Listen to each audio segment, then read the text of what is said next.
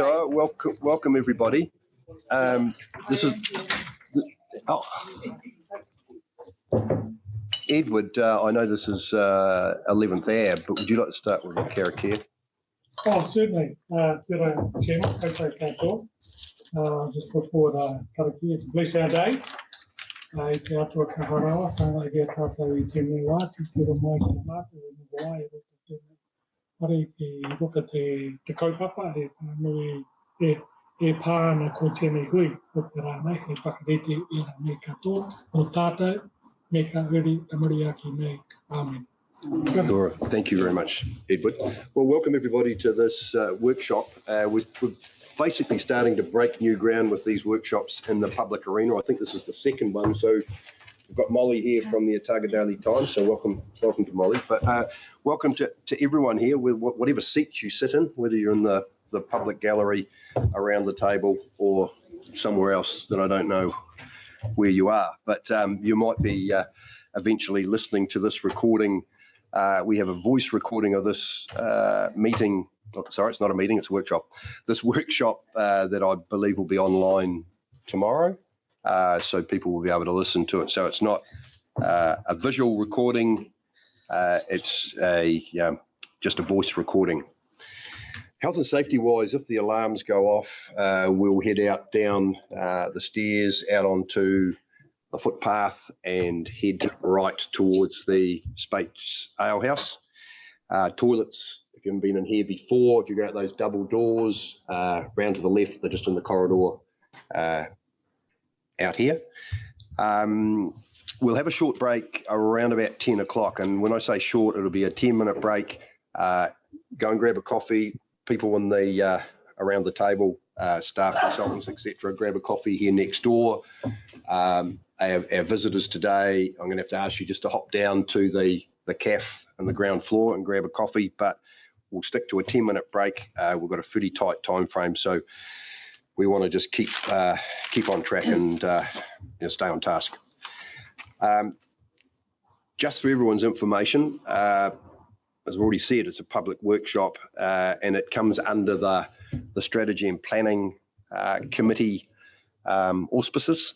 And we have, our membership includes the 12 councillors plus 2 iwi reps, which we have here today. Only one, sorry. We've got Edward here today. And we've got Lynn Carter online. So Edward Allison and Lynn Carter are members of our Strategy and Planning Committee. There was a decision council made several years ago.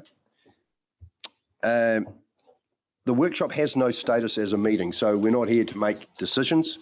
It's very much about receiving advice, sharing that advice, discussing, questioning, etc. But there are no decisions made. Under workshop rules, we don't have, well, effectively we don't have standing orders. So what I expect from around the table is respect and tolerance of one another. And we've all got a responsibility of that, and we've all brought into that culture. So I expect that to be to the fore.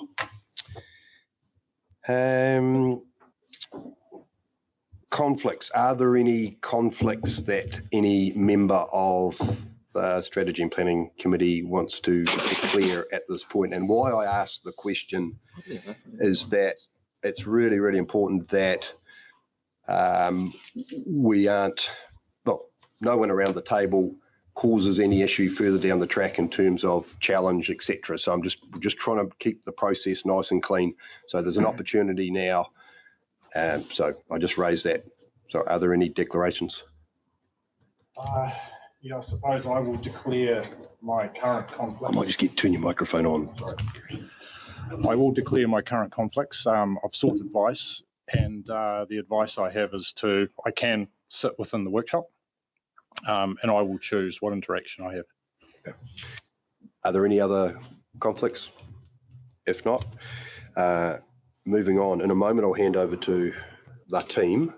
Oh, Kevin. Chair, is this on diligent, or will this be put on diligent? So what we will be doing at the end of every presentation, we'll upload it on diligent.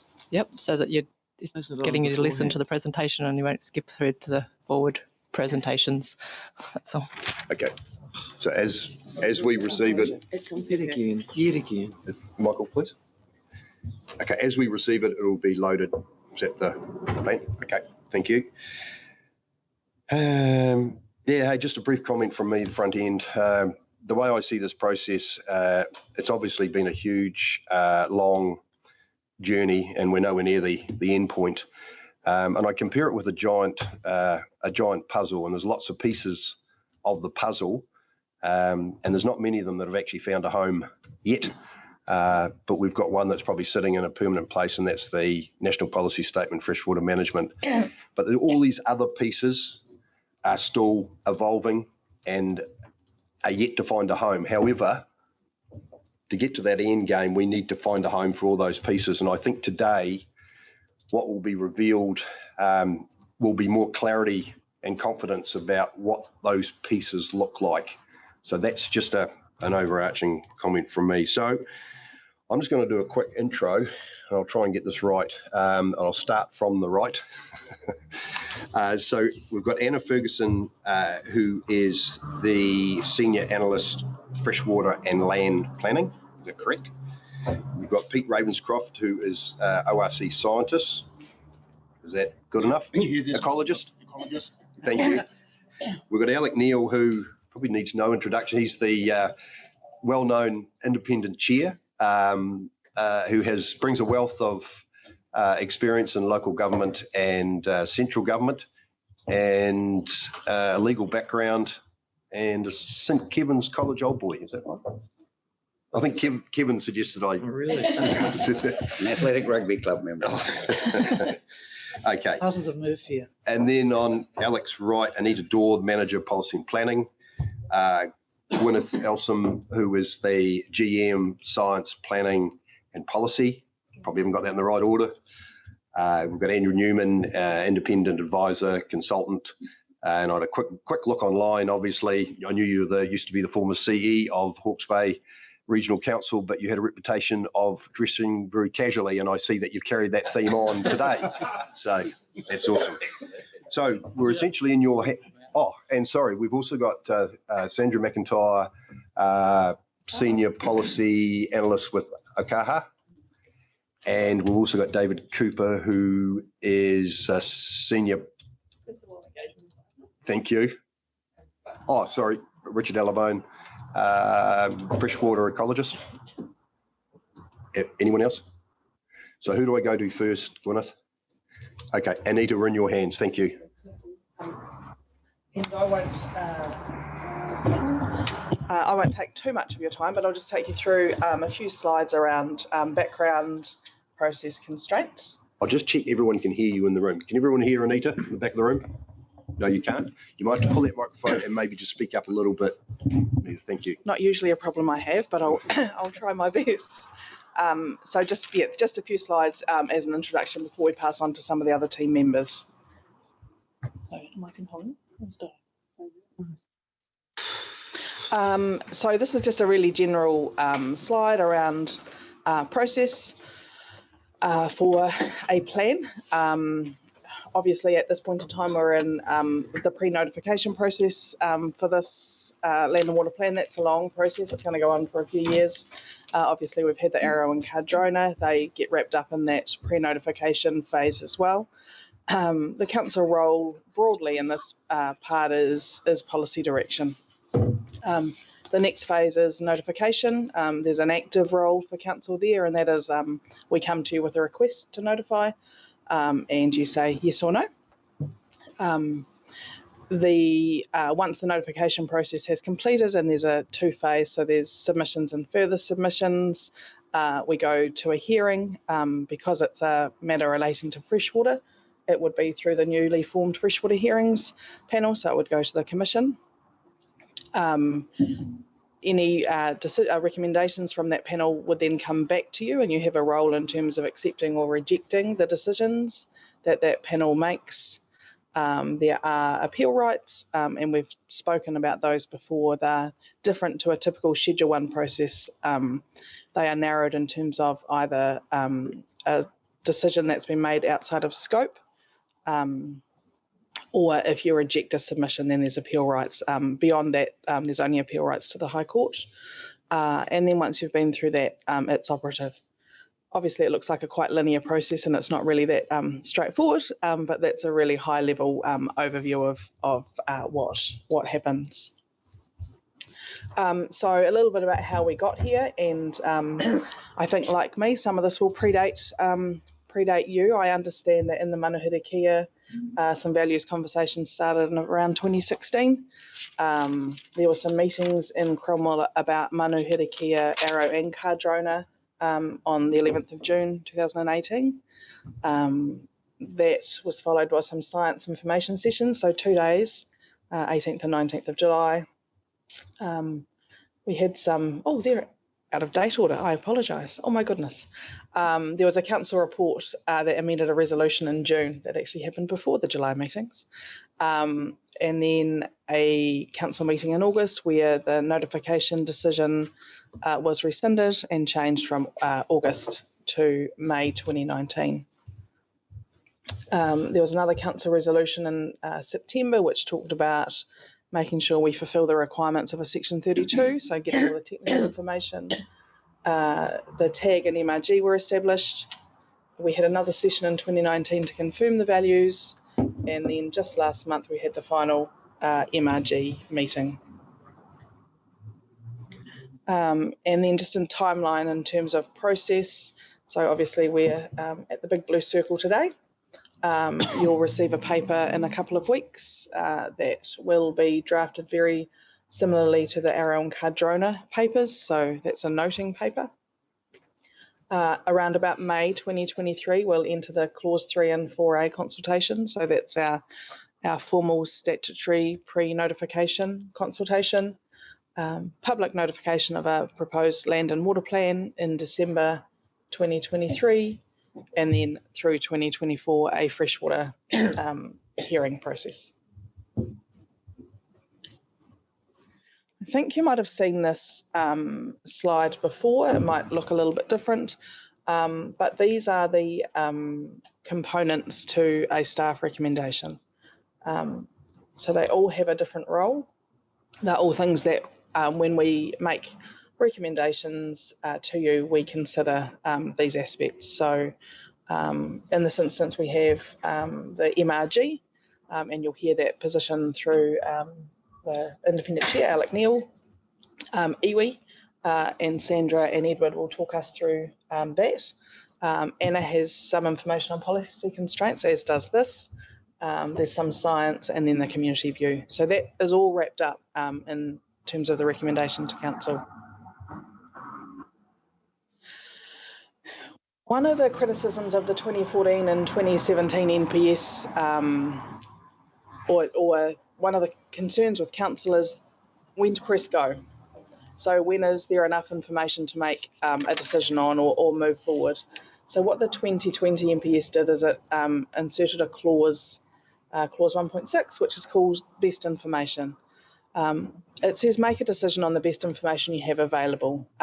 If it's actual data, that's great. If it's not, then use what you can to get yourself in the best position. It's a really useful clause because every council has different resources, different information that underpins what they're doing. They're in different stages. So what it says is, use all the tools around you to enable you to keep moving forward.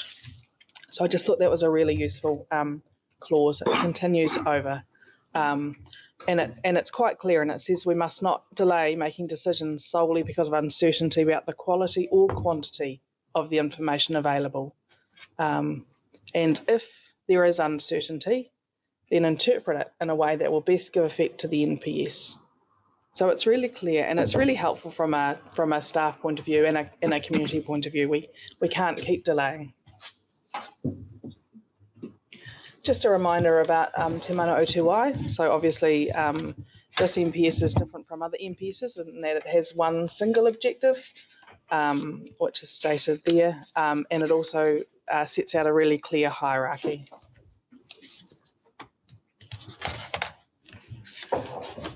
This is the hierarchy. So again, you may have seen this slide, especially Councillor Malcolm, and Noon, you would have seen this at the last MRG, I think.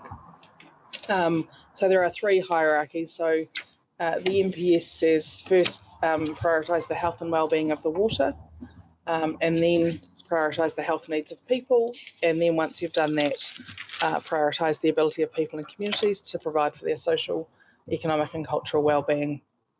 The objective and the concept of Te Mana o Te Wai is underscored by those 6 principles. So mana whakahaere, kaitiakitaka, manaakitaka, governance, stewardship, care and respect. And there's some roles in there for central and local government and our iwi partners. I can't remember how many slides. Yeah. Sorry, just there's the freshwater vision. 2 more. This is just an overview of all the technical inputs. So Andrew Newman has been leading these. There's a lot of information that sits behind the recommendations that you're going to get. And this is the freshwater vision that we have notified in the proposed RPS. So obviously this is flagged with the fact that it's open for submissions. It may not land here, but this is what we're looking to achieve. This is what we're driving towards. So that's just a reminder of what's in the RPS. Okay. So I've been asked, I guess there's been some discussions in emails and the like of last week. I've been asked to, I guess, give some confidence, I think, to councillors around the information we're providing today. So this is a public workshop, and so the material that we've presented today has been prepared in that context. It is material that staff feel confident presenting in public. All right. Now, I'm not a lawyer, I'm not a planner, so I'm not going to be giving you legal or planning advice. But we have taken some advice, and I've decided that councillors can be assured that when it comes to the 25th, and we provide you a noting paper, adopting a recommendation does not in of itself create a new provision in a proposed operative regional plan. And in this case, we'll be talking about the regional plan water for Otago, as Anita just responded to. And neither does it in of itself affect the interpretation or application of the current operative regional plan. The provision needs to be incorporated in the plan and notified before it can be considered a relevant provision, okay? Also, those who have done their Making Good Decision course will know there's the section 104 of the RMA, which talks to relevant and in terms of how decision makers on consents approach their task. And this section states that decision makers on consents must have regard to, among other things, any relevant provisions, so we've just talked to that, on a range of legislative instruments, and any other matters the consent authority considers relevant and reasonable, necessary to determine the application. Now, the weight given in consideration when considering by the consent decision makers will be influenced by the operative planning framework, so the MPSFM that Anita just alluded to, the RPS, our proposed RPS, which just referred to the freshwater vision, and the operative regional plan for water for Otago, and any other technical information that may be available at the time, and that will include any relevant and up-to-date science. So that we've also been asked by the chair if we can, the original structure we proposed for this workshop was to take you through all those circles on the slide until we got to the policy point, and then we talk about the policy and how the rationale behind the policy position that we want to talk to you about today. But the chair's asked if we can put numbers up front, because we know there's a lot of people interested in particular numbers today. So we've agreed with the chair that what we'll do now is we will put what we're going to talk to in the last, the second to last presentation, which is the proposed policy position. We will put some numbers up around minimum flows, and we will get to that point. But at this point, we won't take any questions on them. We're just giving them as a reference point to you. And then we will go through all the different presentations. So we'll talk to the community stakeholder report, we will talk to Alec will talk to MRG, we'll do the science, we'll do the iwi, and we'll come back to the policy and Anna will give her presentation, and then we can ask questions on that. Excellent. Okay. I've got one question. Thank you. Question from Michael. Just, Gwen, I just want to clarify. So just clarifying, so I'm absolutely crystal clear. Any decision that we make 2 weeks hence will not be used by staff when processing, for example, deemed permit replacements and consents. Is that correct?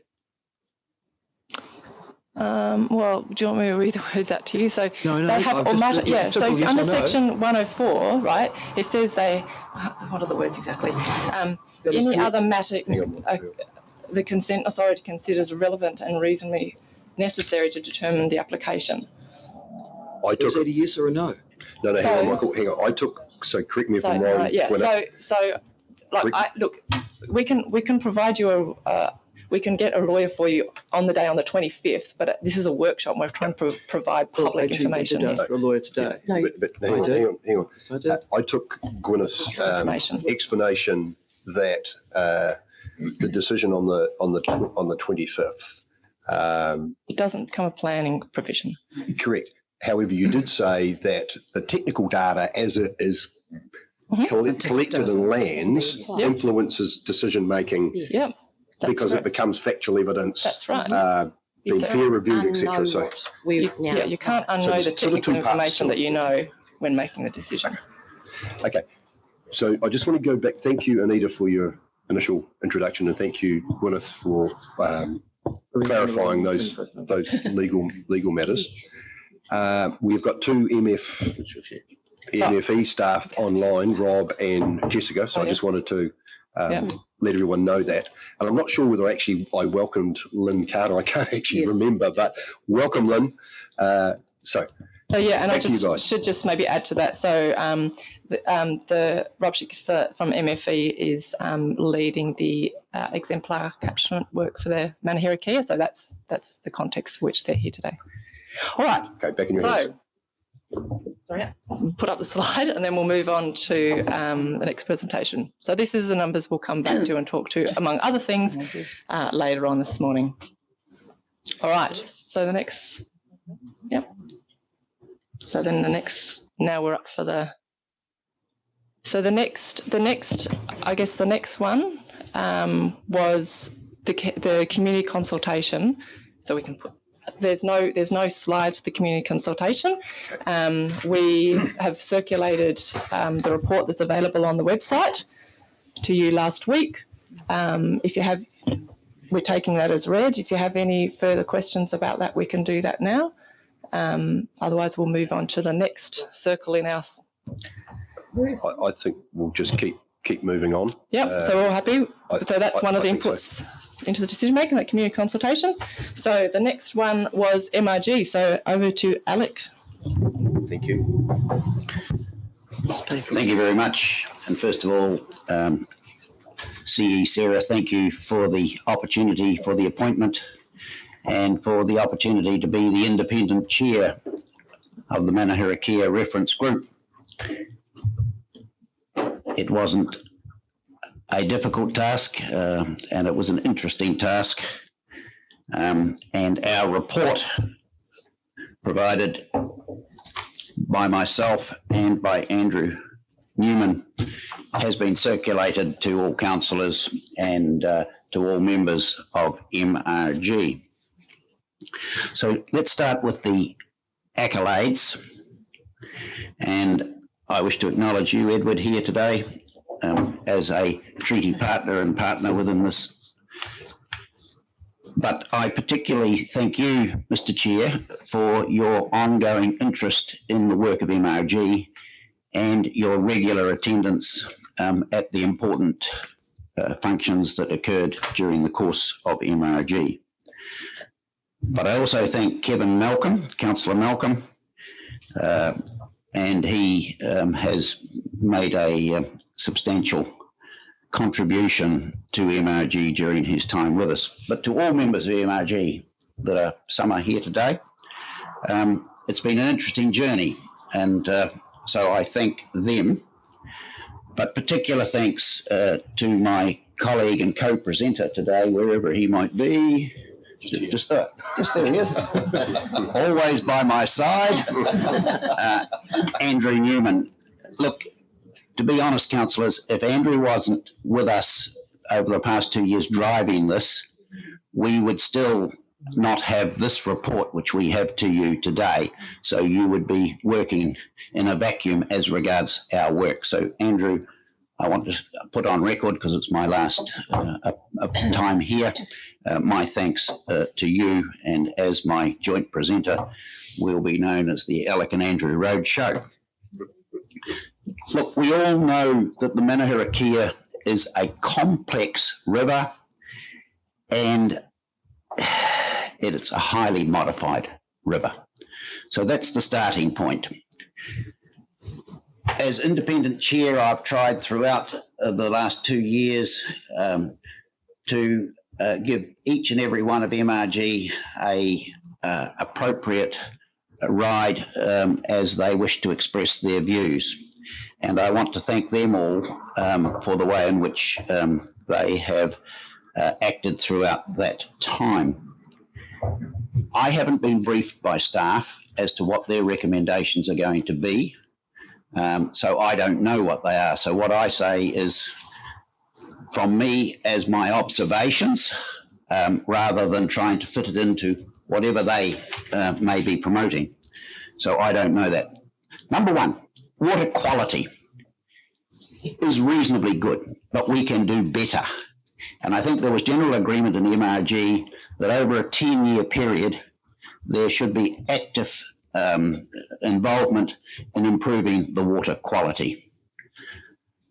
I hear every day on the radio about the Pomahaka, and I've never been to the Pomahaka for years, but in my mind, it would be the cleanest river that is in Otago. I have no idea whether it is or not, but the radio tells me it is, and therefore I am being influenced. And I'm sure that we can achieve the same in the Manuherekia. So we're not going to talk today about water quality, we're talking about water quantity. The consultation process, we had 2 consultations throughout this, as we're required under the Local Government Act, and they were in 2019, 2021. They were very well attended, and I considered very well received. There was some criticism about them, but the criticism was, in true terms, reasonably minor, and I thought that the debates were robust. It was interesting that Councillor Michael and myself sat together on the last of them at Otago, and I turned to him and said, God, Michael, this is just like the old days. They were good, robust country debate, and I thought they were well worth their merit. My role here today is to indicate my observations. Solely an observation, when you promote the fact that there is to be a consultation and a requirement, you've got to be very careful when you put the material together that you are not seen as a motive. And I just make the comment, and it's for future, is that in this particular issue, the promotional front of house material said, do you love the Manuherekia River? Nothing wrong with that, but then when you move on, you start to say, well, if I love the river, therefore we need X, Y, and Z. And so I just make the comment that one has to be very careful when producing material as to what you have in it. Okay. There's been many reports on the Manuherekia, and this is but another report. 2003, 2004, they set a 900 litre limit. Well, it was 820 at OFA, but then it became 900 by 2008. 2013, a similar process to what we had occurred, and consultation took place. Results occurred. The National Policy Statement has set new criteria that we must meet. And 2020, more severe than the original of 2011. Te Mana o Te Wai, we've already had a dissertation on the requirements of that. But there are a number of issues which will arise from Te Mana o Te Wai. I have no doubt that it'll be the matter of a number of court rulings as time passes. We have the farmer irrigators providing a report to say at 1100 they meet the criteria of the National Policy Statement and of Te Mana o Te Wai. And at the other end of the scale, COES through Phil Murray provided a report to say that unless there was 3,000 litres per second at campground, then we weren't meeting the criteria set down by Te Mana o Te Wai. And look, as time passes, the lawyers will get richer as they determine what was intended by Te Mana o Te Wai. Falls Dam. When I first arrived as the independent chair, I visited Falls Dam. And I came away from that meeting saying, what have people been doing for the last 20 years? This is so simple. All we need to do is raise Falls Dam. It's a simple, look, I'll pop up and see the minister and get 300,000 or 400,000, $1 million, and you know, I'll resolve this. It isn't as simple as that, and all councillors understand that. There's a whole range of issues relating to the raising of Falls Dam. So don't see Falls Dam alone as the panacea of solving the issues relating to the Manuherekia. Kaitahu perspective. Kaitahu joined with us initially as part of MRG, but they are now having mana-to-mana relationships, and so our report has not gone into the issues relating to Kaitahu perspective. So, at the last meeting we had, we asked each of the representatives of their groups to indicate what their preference was for flow. The farmer irrigators wanted 1,100 litres per second, and they backed that up with a substantial report, an expert report from McKeag, February 2021. I would believe that they chose their figure because it aligned with their resource consent applications. DOC really relied on the tag science, and they believed that the tag science would be between 1,800 and 2,300 litres per second. And that was endorsed by the Central Otago District Council, wanting something similar. Fish and Game, Forest and Bird and COES requested that councillors give serious consideration to 3,000 litres per second or more. And they have provided to me through Phil Murray a paper which supports their position. In order to activate debate, I put to MRG a straw man situation. And that was as follows, that in 2023, Council consider raising the minimum flow at campground to 1,100. And that matches what the farmer irrigator group are requesting within their resource consent application, but whether it be 1,100 or 1,200 or whatever is a matter for council, but as a starting point, that should start in the year 2023. In 2030, 7 years later, it raises to 1,500 litres per second at campground. And in 2037 to 1,800 litres at campground. And that is exactly at the same time as there are resource consent renewals in the IDA, etc. From that point, it is a matter for council to determine what they may choose to raise the level above that. But don't listen to me, listen to the science, and the science would tell you that that range is somewhere, and looking at their their graph that they provided us with, somewhere between 1,500 and 2,300 litres per second, but probably in the range of 1,800 to 2,300.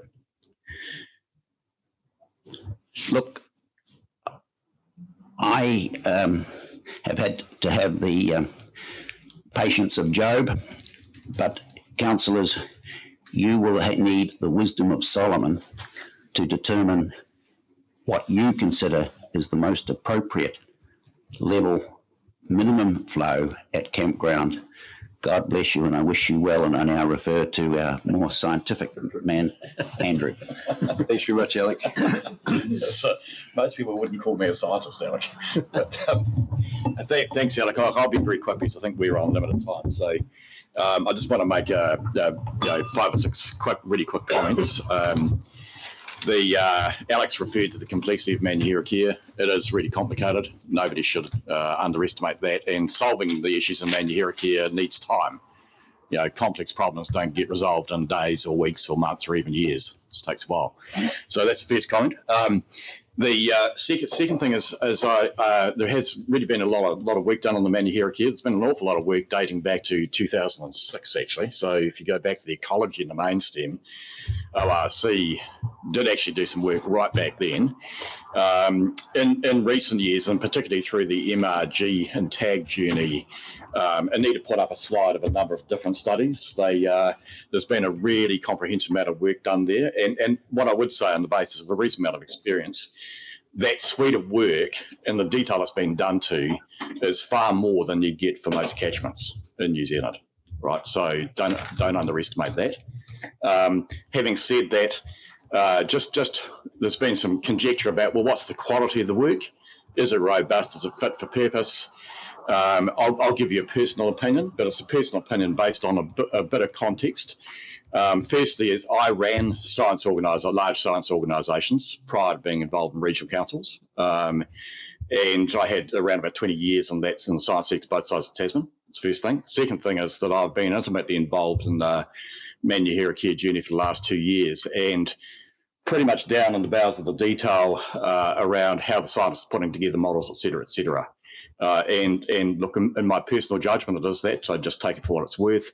That work is largely fit for purpose. There is some peer review work to be done, which is the sort of belts and braces piece that you'd expect before you notify a plan. But certainly from my perspective, I think it's sound and it's defensible. So I'm happy to take some questions on that if needs be, but I just really want to make that point. Moving on, just there's been, the team's put up some possible flow adjustments, right? And I won't go into those. Alex talked about the MRG journey, various participants' views on those issues. What I would say is that, again, and it's a bit of judgment here, I think if the flow adjustment for the Manuherekia was 1,500 litres a second or less, then realistically, that's the irrigators can manage that sort of adjustment relatively. I don't think it's that complicated personally, right? If the adjustment's higher than 1,500 and the higher it goes, it becomes a more complex transition task, and it will have much deeper impacts upon the community, the way in which farming systems work, etc. So there's a bit of a threshold issue there. I'm just alluding to that. The reason why I allude to that is because if the council ends up in a place that sets a flow sort of arcing up above that, then you've got a 2-year window between now and notification 2023 to fine-tune both the plan framework as well as start to look at whether you're going to solve additional alternative sorts of water, farm systems, etc. So I think that 2-year window is a really important piece of the puzzle. Perhaps to quote you, Andrew, just a piece of the puzzle. Don't waste that opportunity, would be my advice. The next thing I'm going to say, though, is sort of relates to certainty. We all live in an uncertain world. We've just had the IPPC report around climate change, etc. It's a major. We haven't had time to assimilate that in the Manuherekia and what it does and doesn't mean for the Manuherekia. So there's lots of uncertainty around. But having said that, I think when you're dealing with these regulatory issues and environmental bottom lines, if you at least indicate a trajectory and a target, and you're prepared to refine if there's common sense of doing so, that's a whole lot better than not going there. And I've just got to say that one of the big things that has happened in the Manuherekia for the last 10 years is that issue's never got settled. So you don't want another 10 years of a cycle around the conflict and the uncertainty. I don't think that's good for anybody. And I think in human nature, even if you don't like the number or the numbers or whatever it might be, if you know that's a reasonably likely outcome, people will start to adapt and progress. So I really want to emphasise that point. Just the final thing I want to say is a few thanks. So firstly to you, Sarah, down there, thanks for persevering with me. It's probably been a bit longer than you've wished for. So I really appreciate that. I want to thank Pete Ravenscroft. I make a special point about Pete. Peter's fronted up to all the aggravation and the conflict and the tension and the Manuherekia now for probably about 5 years, Pete. And Peter's the one ORC staff member who's seen it right through to this point. Pete, I reckon that's a real achievement, and it's taken some fortitude, grit, and a bit of courage, right? So good on you. Also, Gwyneth, thanks. You had to put up with me less time than Sarah, but you still had to put up with me, and it's this one not always easy. So thank you for that. And look, I just want to thank Gary. Can I look at you, Gary, for a moment?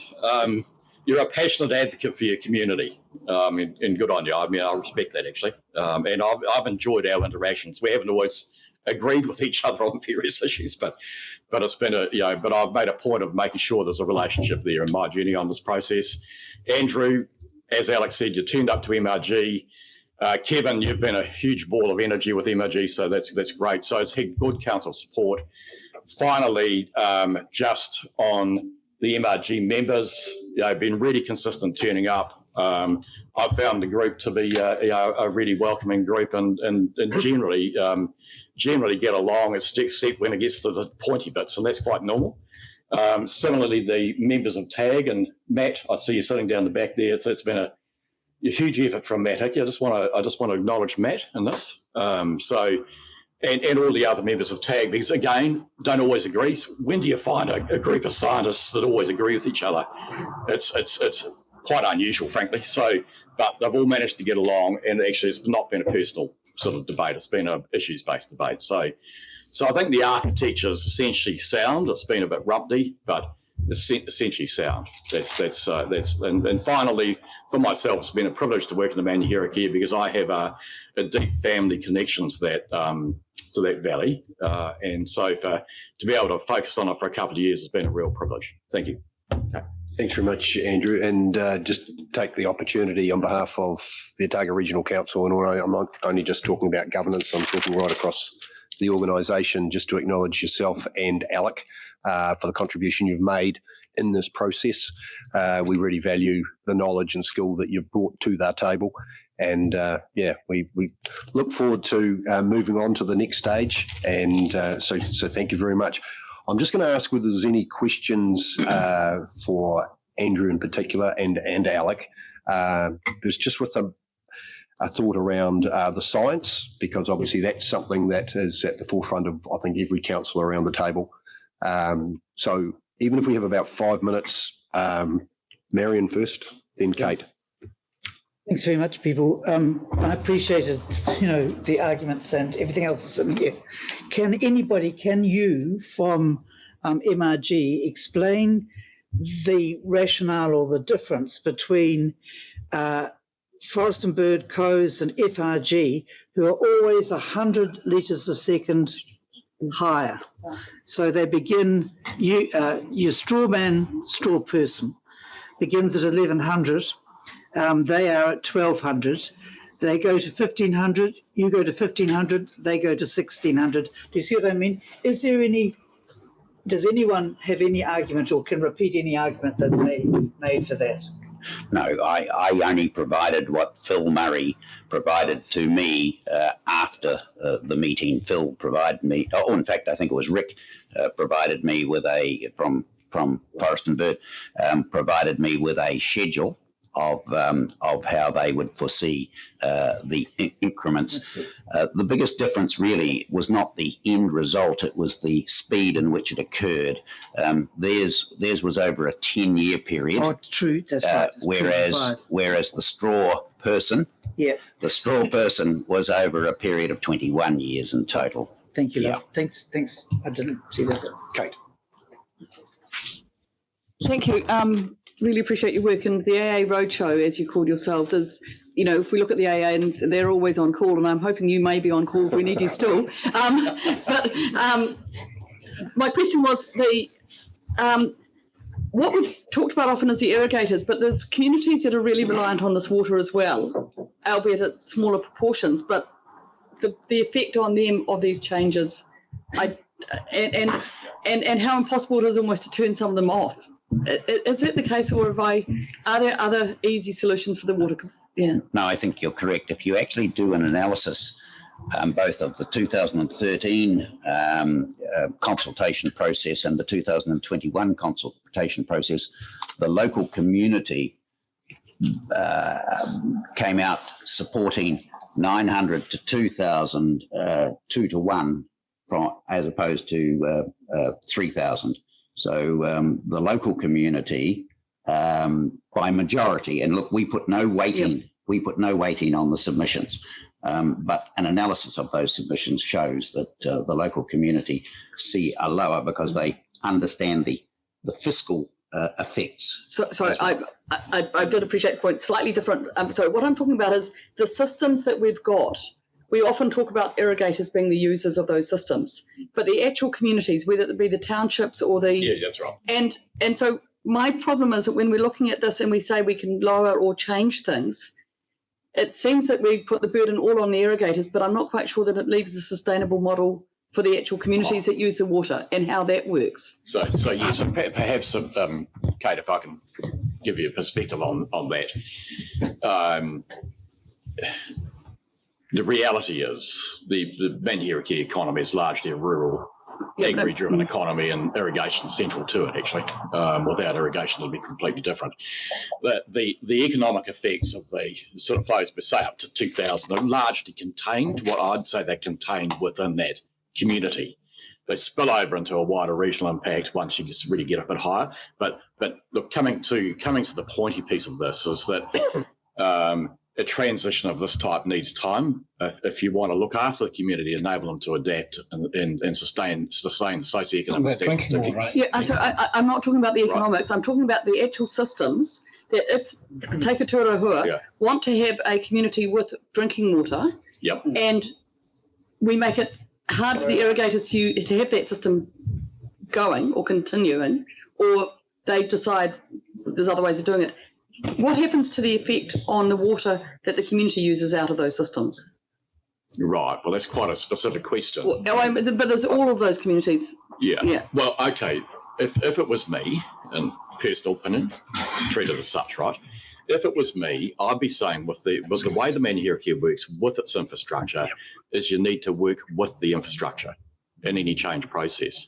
I mean, it's not, in my pragmatic world, it's not realistic to think that you're going to remove races, dams, etc., and so forth completely. You have to work with the infrastructure. And my view is this, is that the higher the flow goes, the more, if you want to retain the resilience in the system, the community resilience, probably going to need more infrastructure, not less of it. Okay. Thank you. Hilary?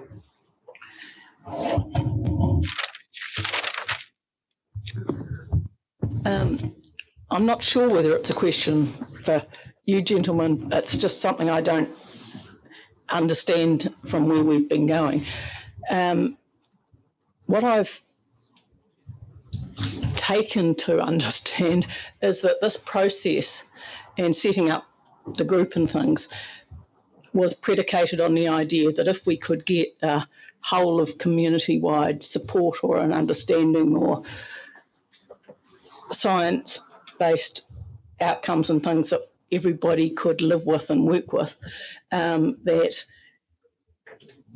it would lead to a higher chance of everybody getting together and getting in behind it. And because, of course, the flows are just, they're total flows, and the allocations of the crunchy end, aren't they? So my question is, if some people have already got resource consents in this area, to bring them on board, does that mean that we have to get it right enough so as they moderate some of the things that they are entitled to do now?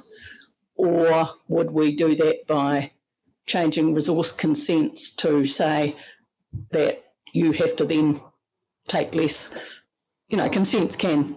I was hoping, Hillary, we were going to stay on the science task rather than delving into. I just sort of want to understand whether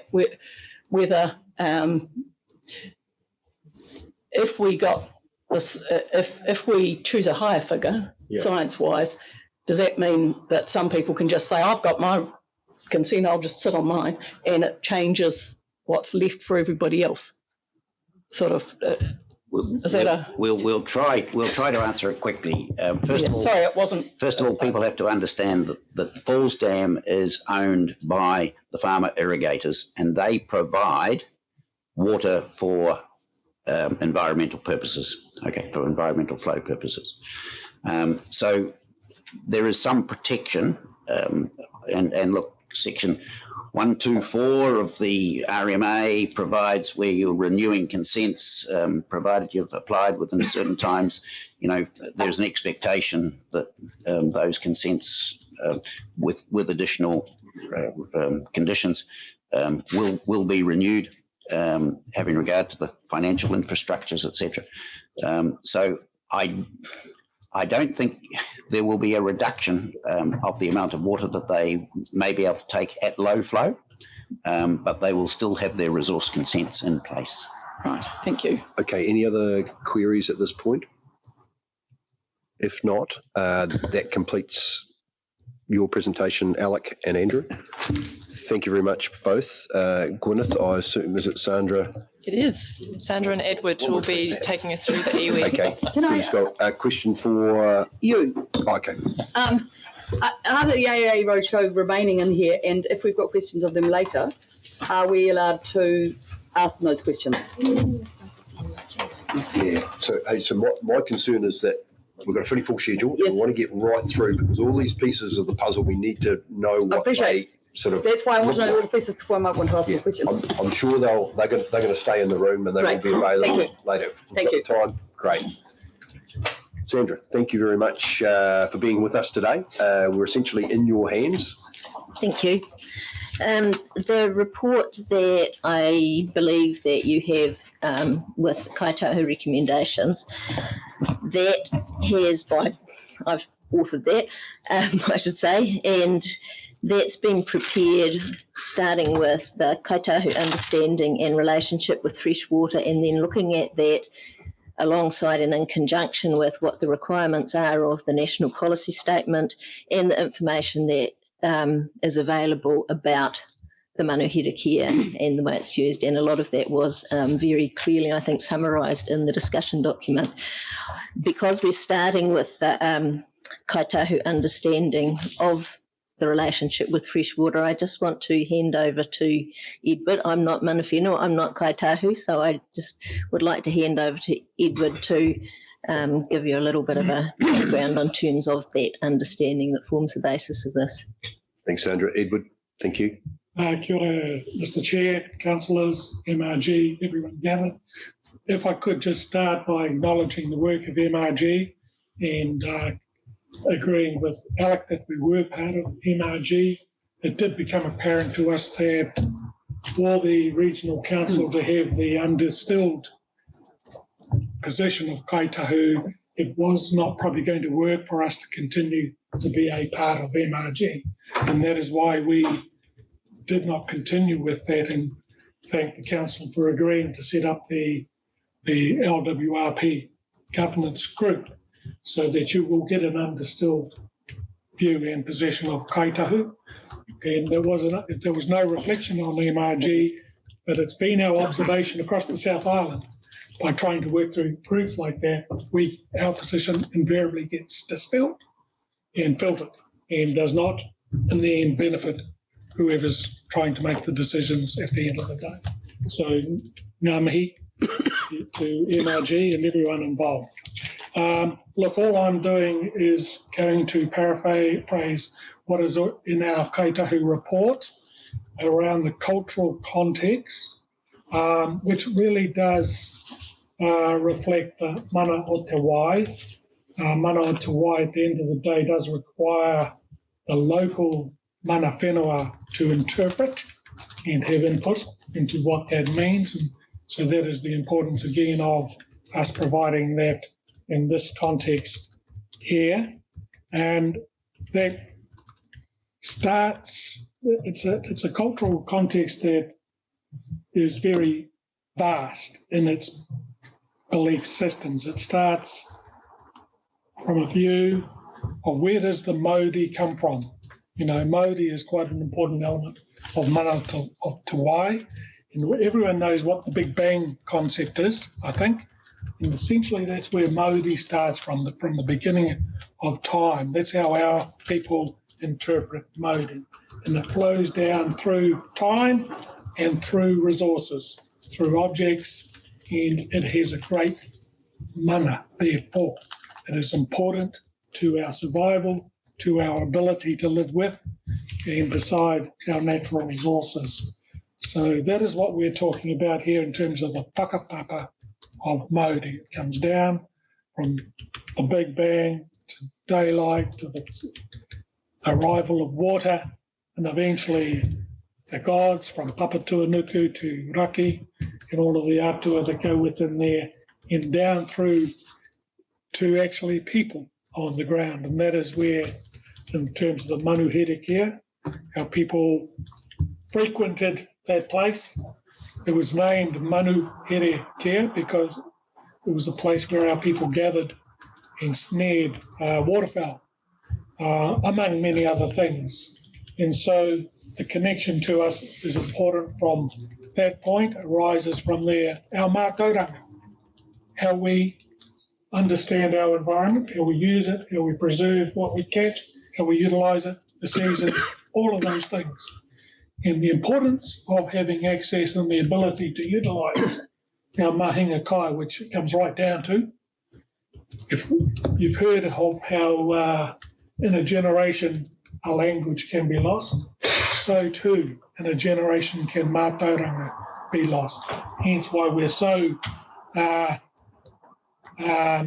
repetitive in our insistence on mahinga kai being quite an important mechanism for us. It's not only a practice and what have you, but there's that other important element of retaining our knowledge and such that we can pass it on to future generations. That has been rather difficult for 100 years, to be fair. And so that is the importance of what we're talking about here from a kaitahu perspective. And within that mahika kai kōrero, there's all the stories that go with our places, our place names, our trails, our tonga species, and all of those other things that drew our people in there on a seasonal basis. Sometimes they stay in there permanently, but invariably come out to the coast, obviously, for might have been a bit warmer in the winter. But that's generally the story that goes in the association with place. So I think that's all I wanted to say, Mr. Chair. Thanks very much, Edward. Thank you, Edward. As I said, I've had a look at, starting from the understanding of water that Edward has identified and looking at that in particular, as Edward's mentioned, Te Mana o Te Wai as a concept that is very closely aligned with the Kaitahu understanding of water. And Anita has already talked a little bit about the requirement in the MPSFM to give effect to Te Mana o Te Wai, and that requires putting the needs of the water body first. So I guess that is possibly a little bit of a difference in terms of the way we've approached this matter from the way that and I haven't seen Alec and Andrew's report, but certainly my impression is that they've been starting with looking at the way in which the river is used at the moment, whereas the Kaitahu recommendations are starting with the river itself and what the needs of the river are. So I guess it's probably worth just highlighting that to start with. Just also, before I get into where that takes us, I just wanted to, in the report, I've sort of highlighted the policies, the relevant policies in the national policy statement that sit behind that overarching requirement to give effect to Te Mana o Te Wai. So, as well as doing that, the MPSFM requires that Māori freshwater valleys are provided for, that fresh water is managed in an integrated way and that it responds to climate change, that the values of wetlands are protected and their restoration is promoted, further loss of river extent and values is avoided to the extent practicable, the habitats of Indigenous freshwater species are protected, that where water bodies and ecosystems have been degraded, then the water must be managed to improve the health and well-being of the river and its tributaries. Water must be used efficiently and over-allocation phased out. And then the way in which the social and economic and cultural well-being of communities is enabled must be consistent with all of those other requirements. That I've just summarised those on page 7 of the report. But essentially, I think that aligns quite closely with the way in which Kaitahu looks at the river as well. So I guess just another couple of things that I've taken into account in terms of the way we've developed this is there are a couple of other, well, there's actually quite a lot of things that the National Policy Statement does, but a couple of key ones is that it requires management regimes to be set out for the freshwater management units, and that's why we're here. Those must address both water quality and water quantity, and they must include environmental flows and also take limits to achieve environmental outcomes. And some specific requirements of the take limits are that they must provide for flow variability to meet the needs of the water body, connected water bodies and ecosystems. They must safeguard ecosystem health from the effects of an increase in the frequency and duration of low flows, and they must provide for the life cycle needs of aquatic life. So again, that's sort of, starting from the needs of the river. Taking all that into account and looking at where we're starting from the Kaitahu cultural context, we've identified 6 key management principles that have formed the basis of, where we've gone with the recommendations. So the first principle is that to the extent possible, we should be at least trying to mimic the natural behaviour of the river. And as Alec and Andrew have said, the Manuherekia has been highly modified, but that doesn't mean that we should just ignore the fact that it is a river that does have natural patterns, and that at least we should be starting to consider how the river would behave naturally as a starting point for the way in which we look at management in the future. So that includes looking at things like how the water moves naturally in the bed, ensuring that it's not artificially constrained or diverted, that the tributaries are able to contribute to the main stem in the way that they normally would. So the natural way that a river works is you start with relatively small flows at the top end, and then as the tributaries contribute, then that gathers flow, and so it becomes bigger as it goes along. And now what's happening in the Manuherekia is the exact opposite of that at the moment.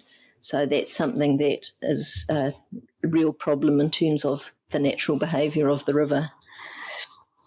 And again, the period of time that low flows occur should reflect something in the nature of their natural duration, and variability of flow should be provided for. So those are some of the key things we've been looking at in terms of what you need to do to provide for the well-being of the river. Secondly, we need to recognise interconnectedness across the catchment. We need to deal with the tributaries and the main stem as part of an integrated whole, and also look at the management of riparian areas, springs, wetlands, groundwater, as all part of that same system, and also to recognise the connections between the river and the land around it. Thirdly, the water quality at the confluence should reflect the quality at the source, and that's not saying there should be no change in quality along the length of the river, but that the change in quality along the length of the river should reflect what the natural change in quality along the river should be. So that means that there shouldn't be artificial reductions in that quality because of contaminants being introduced to the river. Fourthly, we should be not just providing for the minimum required to keep life there, but we should be enabling ecosystems to be resilient. We need to have thriving ecosystems, thriving habitats in order to support mahinga kai, in order to support the overall life in the river. And that requires a number of things, both in terms of managing the flow and the quality of the water, and also in looking at what the physical characteristics of the river are in terms of whether it provides the varieties of habitats that are needed to support life, including things like braided stretches, pools, riffles, all of those sorts of things.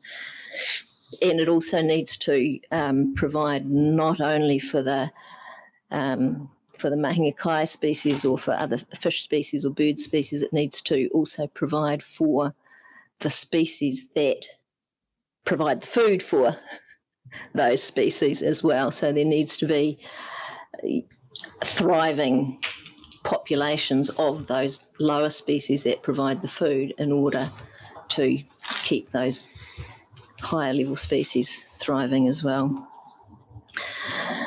The fifth principle is that we should be enabling Kaitahufanui to breathe life into their relationship with the river. Edward's talked about the relationship with the river, and the importance of mahinga kai in that relationship. So, and specifically in terms of providing for mahinga kai, there are a number of points that are important in that. Those are that mahinga kai species must be abundant enough to support sustainable harvest. They must be free of contaminants that would make them unsafe to eat. The waterways must be accessible and safe to enter, so they need to be, sufficiently free of sediment that people can actually get into the river without, worrying about whether they can see the bottom and whether it's going to be safe to enter. There needs to be easy access along the waterways as well. And the condition of the waterways must be such that whānau aren't deterred from interacting with them. So if somebody comes to look at the river and is wanting to harvest mahinga kai and the river just looks yucky, then they're not going to want to do that, regardless of what the scientific indicators might say about the water quality. If the river doesn't look right, then that's going to stop people from interacting with it and using it. And the last principle that we've got here is it's a sort of two balanced principles of manaakitanga and reciprocity. And I think in Anita's slide pointed out that manaakitanga is part of the principles sitting behind Te Mana o Te Wai in the National Policy Statement. Manaakitanga encompasses the act of hospitality and sharing in a resource and showing mutual respect. And that's balanced by the principle of reciprocity, which essentially says that where something's taken, you have to give something back. So the implication of that really is that any use of the river needs to respect the river and needs to be mana enhancing for both the river and the people. So those are essentially the principles behind the recommendations that we've come up with. So our recommendations have not just confined ourselves to looking at the minimum flow and the water quantity, but looking at water quantity and water quality, and also the need to look at broader measures as well. We also recognise that to provide for a regime that reflects the principles that I've been talking about, there is going to be a need for change, and there is going to be a need for a transition to that change so that people can be helped along the way. We haven't in our recommendations identified what the steps along that transition would be or where the starting point is. We've focused on the end point, and in part that's because we think that the discussion about how the transition works is something that really needs to be, excuse me, talked about and dealt with in collaboration, because there's a lot of factors that need to come into that in terms of things like, you know, how fast it is possible to move what, and that depends on a lot of things, on what are the sorts of measures that are put in place to help people move along that transition. So we haven't looked at a starting point, we've looked at the end point. And we have recommended that the transition be achieved in 10 years. And the key reason for that is that, as Edward was saying before, mātauranga is a really important part of, well, the identity of Kaitahu and the relationship with the river. And mātauranga, passing on mātauranga to the next generation, requires that actually you haven't lost everything by the next generation, so that there is something to pass on. So we've recommended a 10-year transition to ensure that that happens before another generation passes. So I guess starting with flow and allocation, what we are looking for is a shift to a pattern of flow that's more reflective of the natural flows, that supports the habitat needs and customer use, and that restores the mauri of the river. There's been some work done with whānau on looking at cultural flow preferences, and that assessed a number of factors which I've included in Appendix 1 to the report. And that assessed essentially the suitability of the river to support customary use and cultural wellbeing at various flows. That work indicated that a minimum flow of somewhere between 2.5 to 3.1 cumecs at the campground would support those. Additionally, we think the flow regime needs to look at the contribution of the tributaries. There's been a big focus on just what the minimum flow at the campground is, but we can't forget the tributaries. The tributaries are a really important part of the system as a whole, and they need to be also recognised for their values in their own right. So we recommend that the flow regime also includes a proportionate contribution from the tributaries, and ensures that there is an increase rather than a decrease in flow along the main stem of the river, and also that it reflects seasonable variability and provides for freshers. And again, there's probably a bit more work that needs to be done to actually say what that looks like in terms of the numbers at various places and various times, but that's the principle that we're looking at. And we also recommend that take limits for the main stem and the tributaries are set so that they don't extend low flow conditions or natural low flow conditions by more than 10 days. And we've based that on the guidance that has previously been provided to MFE on setting of ecological flows. Again, because take limits are not something that has been discussed in any detail in Manuherekia, we've gone back to the best scientific guidance that was available to do that. Turning to water quality, the information from the State of the Environment report, which is summarised in the discussion document, indicates that the current state in the mid to low reaches of the river is fair to poor for most attributes. There is more information that's needed to look at how much improvement is achievable. In the absence of that information, our recommendation has essentially set a target of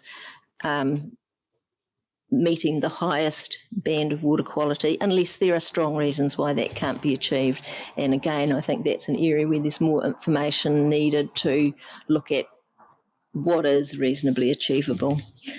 Turning to the broader ecological and ecosystem of the catchment, we think it's important to pursue opportunities for ecological and habitat enhancement. And we also think it's important that there is collaborative development of actions, guidance and incentives to assist the transition in land and water management to achieve these outcomes. And there are a number of mechanisms that could including things like shifting points of take closer to where the water is used, looking at more efficient ways of conveying water, looking at changes in land management practices to increase the efficiency of water uptake and reduce the amount of water required and reduce the risks of sediment and nutrient getting into the waterway, potentially changes in land use. Kaitahu have a strong view that those measures shouldn't include an increase in the height and falls dam or construction of other on-stream dams, because any on-stream dams and increase in the height is going to affect the values of the rivers and the tributaries. Having said that, off-stream storage dams we would expect are likely to be part of the picture. So that's summary. Sorry, it might have been a bit long. There's a lot to cover. No, thank you. Sandra, you're obviously a policy planner, RMA background, obviously years and years of experience in that. So you're happy to take questions on yes. RMA, policy planning, those sorts of questions, because I appreciate we don't want to be asking you an ecologist question, no. for example. So everyone happy with that? Kate? In which case my question may be one for Edward rather than you. Some of the alternative solutions have been additional water. And I just want to get an understanding of Te Mana Atawai and the suggestion that some water added to the area from Clutha. And I appreciate Manuherekia feeds into the Clutha, but I'm not quite sure how that fits into if it's all Clutha catchment water. I think I should head that. Yeah, I just want to get a heads up on that before we go too far down that path. Well, yeah, thanks. We have been aware that may be a question to consider, and whether it's a cross-mixing feature. So that's the type of question that would come to us, but we didn't pursue it too far because we noticed it hasn't been too prominent an idea coming forward, other than the Onslow option, but that's another story altogether.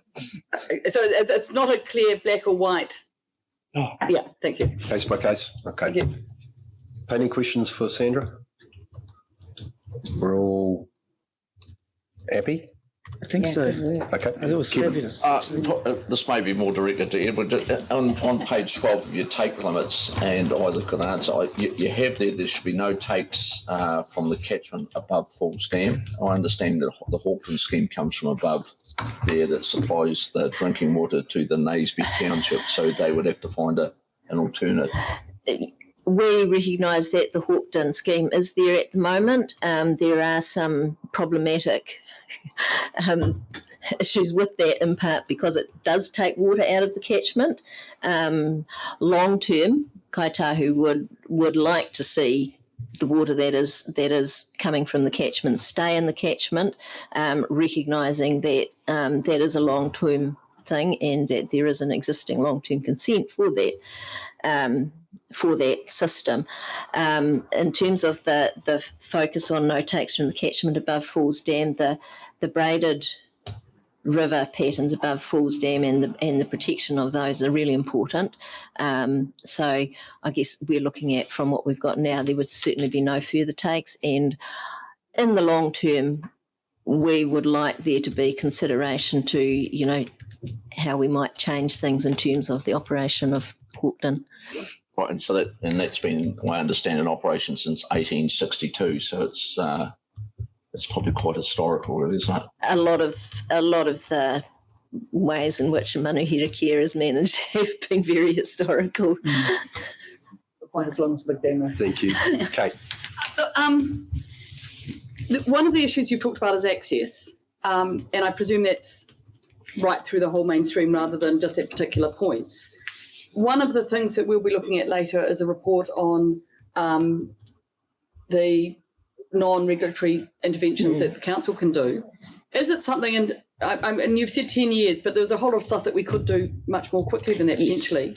If we had a policy that provided that, whether it's the farmers or whether it's a regional council, get involved in providing some of that access. Is that something that you think would be a quick win, appreciating the Manuherekia values may not be high yet, but something that would at least help establish that connection? Absolutely. And I agree, there are a lot of things that could start to be done well ahead of that 10-year transition. And you know, and we are going, you know, I think there is a whole range of both regulatory and non-regulatory things here, and the sooner some of those non-regulatory things can happen, the better. Thank you. Any other queries? Hilary. This may be again more a question for Edward. I don't know, but if you had a choice between maintaining the river as it naturally would have gone about its own business without us intervening, and the other values that you want, like swimming in it and Manuherekia and whatever, in some respects what Pākehā have done is manage the river to achieve its possibly evil ends or whatever, but managing it also increases some of the things we like, whatever they be. So if you had a choice, I can go swimming, I can go fishing in a culturally usual way from the past and things, or I can have the river naturally doing its thing, which could be drying up or whatever else it might do. What would you manage it? This sounds to me like a question that is sort of touching on Māori, so I think I should probably hand that to Edward. Sorry. Yeah, I think I understand the question. First of all, I would say, and in what Sandra has presented, we're not trying to turn the river back to its modified state. There's a huge transition toward that.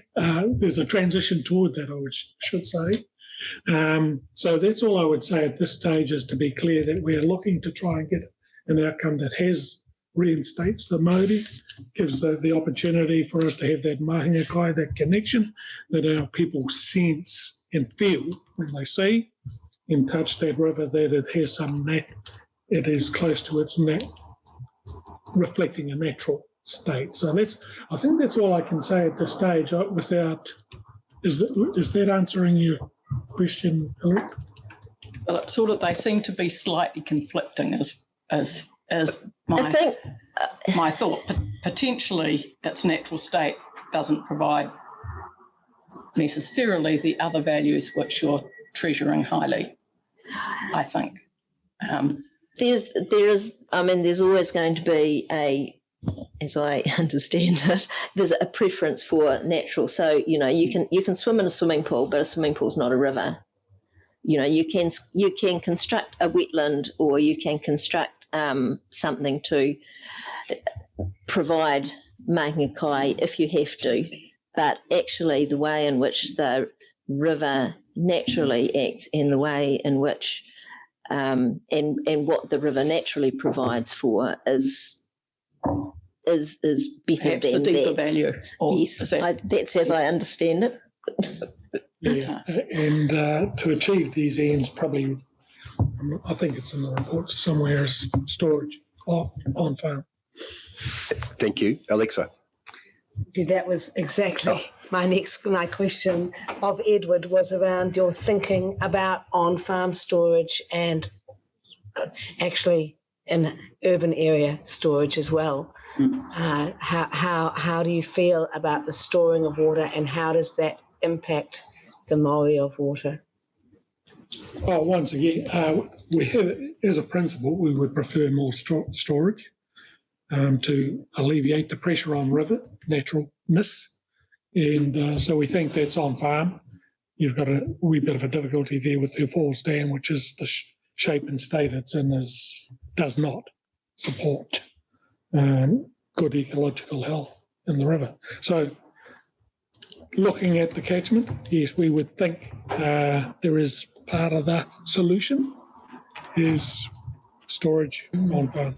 And if you look next door at what's happening up in Canterbury, then that's, you know, very much the way that freshwater management has gone there, because of the pressure that's gone on the rivers, that it's very dependent on on-farm storage. At the moment, it seems that that's been, you know, certainly in comparison to Canterbury, not so widely used in Otago, but certainly as a planner, it seems to me that that is certainly one of the parts of the solution we need to be looking at. Can I just take that one step further and wonder about the Māori of that, and is there a reciprocity scenario that starts to occur if you start thinking about on-farm storage? Yeah, obviously within limits, so that storage process doesn't have unintended consequences. I mean, we haven't seen any detailed analysis of how and what that might look like in the Manuherekia, but in principle, we think it's a part of the solution. But once again, there'll be limits within that and how that works, so that it doesn't have unintended consequences. Like without the technical details, I couldn't go beyond that. Thanks. Thank you. Quick question, Kate. I'm just wondering if visually, and I really enjoyed the figure 2, which is the river flow, is part of what we're looking at in your transition, that we get that main stem flow going in the right direction and then possibly ratcheting it up, if I had to look at it visually, because I think there's 2 parts to that. Yes. I mean, there seems to be a you know, something wrong if we have a river. I mean, in which this is the diagram that's out of the discussion document. You know, if you have a river which is essentially being filled up at the top end and drained at the bottom end like a water race rather than a river, then there is something that fundamentally doesn't work in that. So yes, turning that around not is an necessarily at that important high thing. level, but then working towards to increase that is now. And the next question is a more difficult one. The infrastructure issue would be the Falls Dam, but in your mind, I presume that at least if below that point it starts bending in the right while those other discussions happen. Yes. And infrastructure is invested in, which is, I mean, I think 10 years is even ambitious, but I appreciate why. And again, I think there's other things that we can do that can be done with our help maybe, or certainly with the community's help to get to that points where the 10-year may be able to be extended. Yes, that's right. And I think, and that's one of the reasons why the contribution of the tributaries becomes so important, because... Okay. Yeah. I'm just trying to visualise it and how to message it. Yes. Where you want to go. Thank you. Last couple of questions, Michael, then Marion. Yeah, thanks, Andrew, and thank you both for your excellent contributions this morning. I found it fascinating. Have you had the opportunity to have a good look at the Department of Conservation's view? And if you have, how comfortable are you with their analysis of the Manuherekia and where it should be going? I have had a quick look at the Department of Conservation's view, but to be honest, it's sort of fallen a little bit to the back of my mind because we've been focusing on this view. So I don't know that I could give you a good answer to that at this stage. I may be able to, given an hour or so, to have a look through there. Good. I'd appreciate that. Edward? No, I have not had a close look at it. I'm aware of it, but the detail behind it, no, not that familiar with it. Thank you. Marion.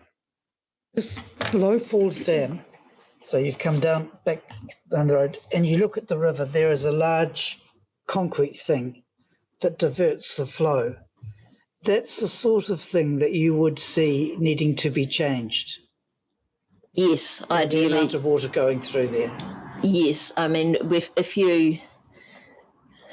this is an issue that we've sort of been struggling with in terms of some of the broader Otago landscape, where we have essentially water races coming and cutting off a tributary and taking that and diverting the whole of the flow of that tributary or part of it somewhere else. That actually, what that does is that it essentially transfers the life of the river into that concrete structure, into that thing. And yes, so we would like to see that changed. Thank you.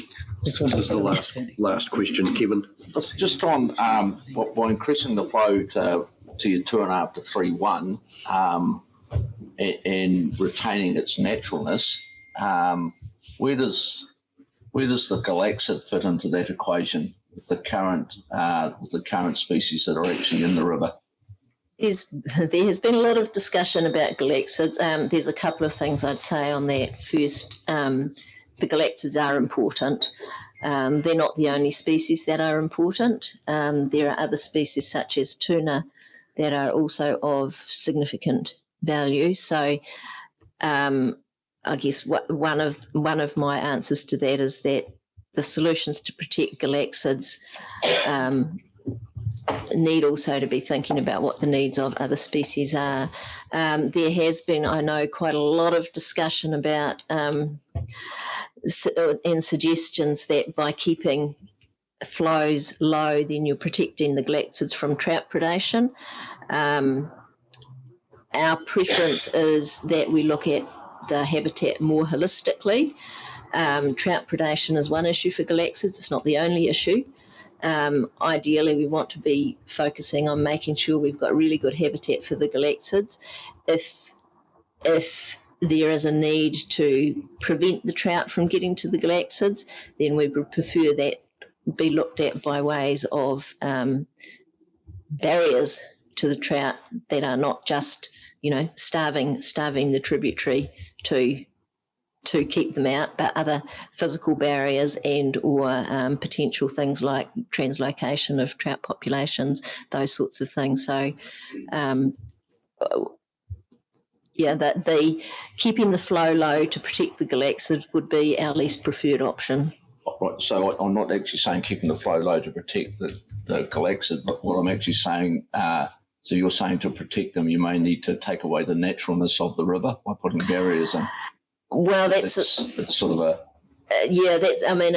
that's actually a sort of a little bit of a conversation that we've been having at the moment in terms of the Exemplar project and the work that's going on in Thompson's Creek, is how you can put those, how you can put barriers in, and in a way which actually reflects, basically minimises that taking away of the naturalness.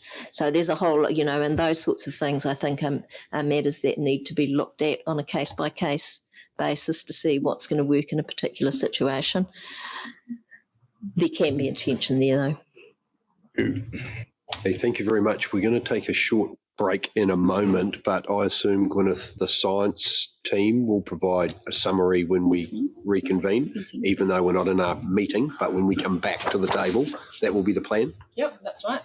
So we've got to fit science and policy in the next 25 minutes, including the break. And then we've got an hour to including the break. I'm not sure whether everyone heard that, but we'll that's all good. Hey, now, there are a number of people that came into the room after we started, and when I suggested we're going to have a 10-minute break at around about 10 o'clock, that's what's going to happen now. We'll reconvene at 10:15. For the people who weren't here earlier on, if you pop down to the ground floor of this building, there's a cafe you would have seen when you came into the site. If you hop down there, grab a coffee. Toilets are just in the hallway behind us here. So we'll see you all back here in about 10 minutes' time. Thank you. Welcome back, everybody. We're now at the stage, the science summary. So, Pete, we're in your hands. Thank you. Can you hear me? Not really. That microphone is dodgy. Try it. Is that one that we do? Yep. Okay. Well done. We're off. Look, thanks everybody. Look, my presentation is not going to be talking about numbers. It's actually going to talk about the journey. I've got 3 slides or 15 minutes. That was the time allocated. So I'm aware that in previous meetings or council meetings, Ian Lloyd has presented the hydrology model and Dr. Ali Bone has presented the ecology models as such. So hence, I'm actually going to talk about the journey and trying to condense 4 years of solid graft of not just myself, but the people that actually collected the data, because the science is only as good as the data that was collected. There's been a huge team of people collecting this data on this journey. So I just want to sort of talk about a little bit about how we got there. Some time back, we were advised by the at Omakau that we needed to actually probably brush up on our science a little bit. So we went away and we actually designed and created this hydrology and ecology plan. And the reason we really wanted to do it was that we wanted to create hydrological and ecological models that were fit for purpose. And what do I mean by that is we actually had to understand what the effects were going to be on our in-stream values and also provide enough information that would actually affect or how it would affect landowners and water use. And I think actually, in summary, I believe we're really confident that we've achieved that. And coming pretty quickly to the point, the hydrology model now has created 40 years worth of time series data. So we've got 40 years worth of flow data in the main stem and the tributaries. In the main stem modelling, we can model 47 of the 68 kilometres worth of reach length. There are other models in the tributaries that cover Dunstan and Chatto, and the irrigators created 2 models that fit in Thompson's and Lauder. So I really just want to take you on the journey, and as I say, it sort of stemmed back in that Omakau meeting. So what we decided to do, we stood back and we actually decided we needed to walk the river to actually try to understand what the river was actually doing. So we basically walked the river from the headwaters to the Alexandra, not in one day, I would suggest, but particularly the lower reach. And when I talk about the lower reach, it was the section from the Chatto Creek confluence downstream. I must have walked that section of the river probably maybe up to a dozen times at different flows, just to see what the river was actually doing. And what that actually allowed us to do was actually target our research where we actually needed more information. At the same time, we also met with the irrigators and we met sub-catchment groups on several occasions just to capture what they were doing, how they were transporting the water, where they were transporting the water, and just to give us some cues on where they thought the creeks were drying up naturally or otherwise. So we took that on board and we designed our plan around that as well. At the same time, I was personally looking at every single water take in the catchment. It was a desktop exercise. So I looked at every take and the pattern of behaviour and how they were in relation to a flow recorder. So sometimes you will see obviously more water being taken when there's good flows, or sometimes in this catchment it's the other way around, more water taken when it's low flows because the pressure comes on farming. From that work, we actually started to realise that what we were seeing in the desk on the computers and what was written for them in the consents or in the deemed permits didn't mirror up or match up. And at the same time, we had NIWA who were looking at using CHES, which is the first hydrological model that we're going to use. they started coming back to us and started saying, well, there's something going on with the water take data because the flows don't match up with the water take. So in the finish, we were looking at roughly a mouth of around about 7 to 9 cumecs. And quite clearly, we knew that couldn't be the case. So therefore, we're either double accounting, triple accounting the water.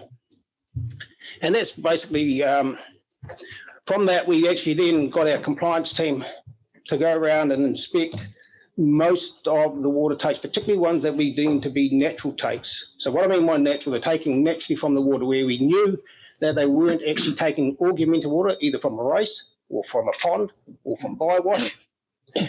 And eventually we transitioned in after a while back into Galton, because halfway through that process, we realised that chairs wouldn't cut it. It was too complicated, too complex to actually capture what we're trying. So we wanted a more simplistic model. All right.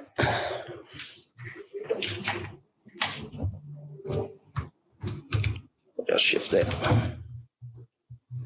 So I want to touch base on the hydrology.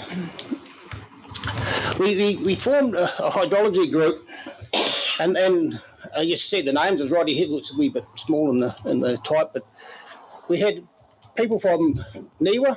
Ian Lloyd, who was really the architect around the Goldson model, which eventually is now being referred to as the Manuherekia hydrological model. We had Peter Brown, Dave Stewart, and we had Matt Hickey. We also had other supporting people which included Roger, Lou, Pete Stevenson, and myself, which I'm not a hydrologist, so that's why I'm saying we're supporting people rather than actual hydrologists. But those people were more designed to actually inform the model. There was another parallel piece of work that was going on at the same time where we wanted actually to figure out more for our ORC purposes what the tributaries were doing. Because at the moment we were aware from the discussions that we had with the irrigators that some of the creeks actually dried up. And what we wanted to determine whether they dried naturally or whether being pump dried. The work that we've done to date actually informs that. We know exactly what's going on in Dunstan Creek throughout the whole reach, or when I say the whole reach, from Loop Road down to the Confidence. We know Lauder intimately, and we know Thompson's Creek not quite as intimately, but we have enough knowledge. Chatter Creek, we use a slightly different method. We used a model method, so like a rainfall runoff model rather than actual flow data, mainly because it's a slightly different catchment. It's an oak tree catchment. What I mean by oak tree, it has multiple tributaries feeding into one, where the other ones are single stems. We also completed a climate change assessment. Obviously now with the latest revelations, we may need to revisit that in future. But basically at the time of that report, it was about a 5% change in mouth, which we thought was actually nearly in the margin of error anyway. So, but now we'll wait for NIWA to do their work and see whether we actually have to revisit that particular component of it. And we also started our journey with 5 flow recorders. So basically they were in Dunstan and a couple in the main stem, and there's one in the Idaburn and one in Thompson's. We've now got 16. So we've got 3 in Dunstan. I probably shouldn't go too much into detail because we've only got 15 minutes. But we've got them in 3 in Dunstan, 2 in Lauder, 2 in Thompson's, 1 in Chatto, and we're supporting a private flow recorder in Chatto as well. So it's privately owned, but Regional Council are maintaining it and running it. So with that, we were looking at local issues. We're trying to feed the model, but also trying to future-proof the flow network.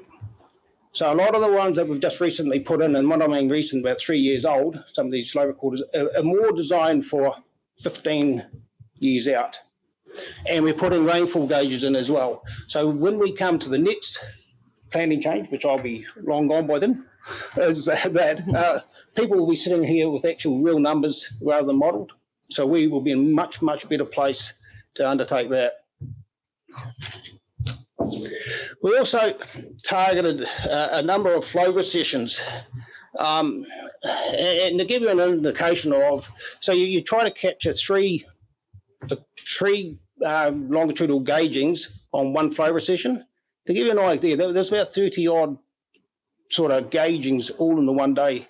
So we had to bring in teams like Niwa and other people to do it, so you get the whole thing done in the space of one day. So it was actually really, really, well, it was actually quite expensive, but it didn't matter. But it was done, and we did it on 2 flow sessions. So we actually have a really good understanding of what the main stem is actually doing under low flow conditions as well.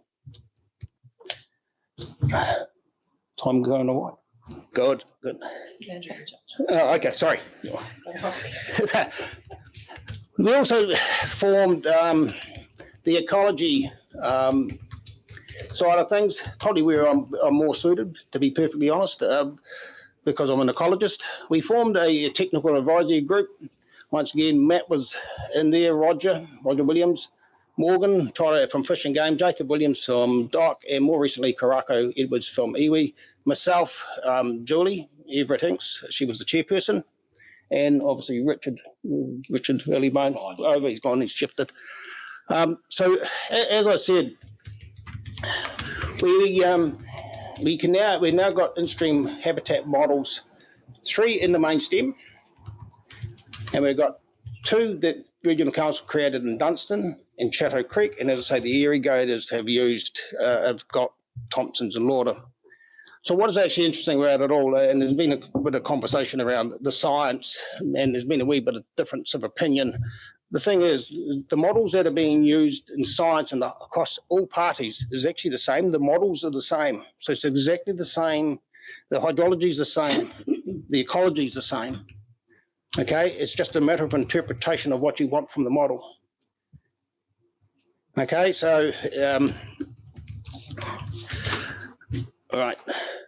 I just wanted to touch base, go back a little bit, particularly around the hydrology, because I actually missed a valuable point. Yesterday, we actually had a hydrology meeting with those people, the hydrology group, those people, and there's still a little bit of work to be done around that, and it's documenting the model and getting the model peer reviewed, and then the hydrology statement's going to happen. So from the conversation I had yesterday, they won't be ready by the 25th of August, but they're more than happy to write an email supporting what they've done and the robustness nature of the hydrology model. Okay? So I think that was a fairly important part. Thank you. That's brilliant. I know you're not finished, but thank you. But thank you for acknowledging that the council meeting that email will make it clear their position collectively as a group. Yep. To date, Andrew, all the scenarios have been run through the model. It's just that it hasn't been documented as such. It hasn't been peer reviewed, and but every single person that's actually had an input, I would suggest bar Matt, because Matt wasn't available yesterday, has had an input into that hydrology statement yesterday. Okay. Anything else with regard to your presentation, Pete? Not really. I'm more open. Is there anything that Richard wants to add, Richard Ellerbone, at all to the presentation? Not at the moment. Just here to answer questions. Okay. No, good as gold. Questions, and we'll try and keep this relatively brief, but Hilary. I think what I heard you say was that it hasn't quite been finished yet, and it won't be finished by the 26th of August, the modelling or any report that we would be seeing on it. Well, so there's actually already memos written coming from the model. It's on our website. But the peer review and the hydrological statement will not be completed by that stage. But so they are like the habitat modelling or no. Is all the science done? Yes. So there's nothing further to be done. No, just listening to what Sandra said, I suggested we might be just starting. But And but but for science wise, no. The science is finished. That's right. So for this phase, what you've got in the way of modelling. Andrew, can you just flick your microphone on? Sorry. Sorry about that. But just help me out. But is that on now? Yeah, it is. And just come closer to the table, sorry. please. Just to help Pete, because I've been involved in the meetings that Pete's referring to as well. The real point is that the modelling platforms that have been developed across the ecology and the hydrology fields is developed within reason as they're going to get, right? The scientific debate is sitting in the application or the interpretation of some numbers. So there's still a debate going on there, that's fair to say. And that's what you'd expect. The peer review process and the documentation is what you do want to do if you're taking a plan to notification and you're relying on the science. At the point of notification, you want to have it to a point where it's peer reviewed and fit for purpose at that stage. But in the interpretive phase you're in now, this stuff's in good shape. That's the point. And my final point, Pete, just to reinforce the hydrologists' perspective on this, when they say they're going to get it peer reviewed, the hydrology team that's been assembled to do this piece of work is as good as you're going to get in New Zealand.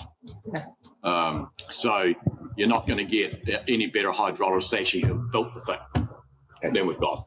Thank you. Pete, was there anything else you wanted to cover off? Other than the in-stream habitat modelling doesn't need to be peer reviewed in this. Sorry, I'll be closer to that. Other than that, the in-stream habitat modelling doesn't need peer reviewed and it's fit for purpose and it's currently being used. Yeah. So on the 26th of August, are we likely to have something from those two groups, or do you speak for those groups, or do you speak for the regional council? Regional council. Right. So by then, will we have something from each of those two groups, as it were, signed off by the group saying where we're up to? Okay. There's actually already a general agreement within the tag that the models are fit for purpose.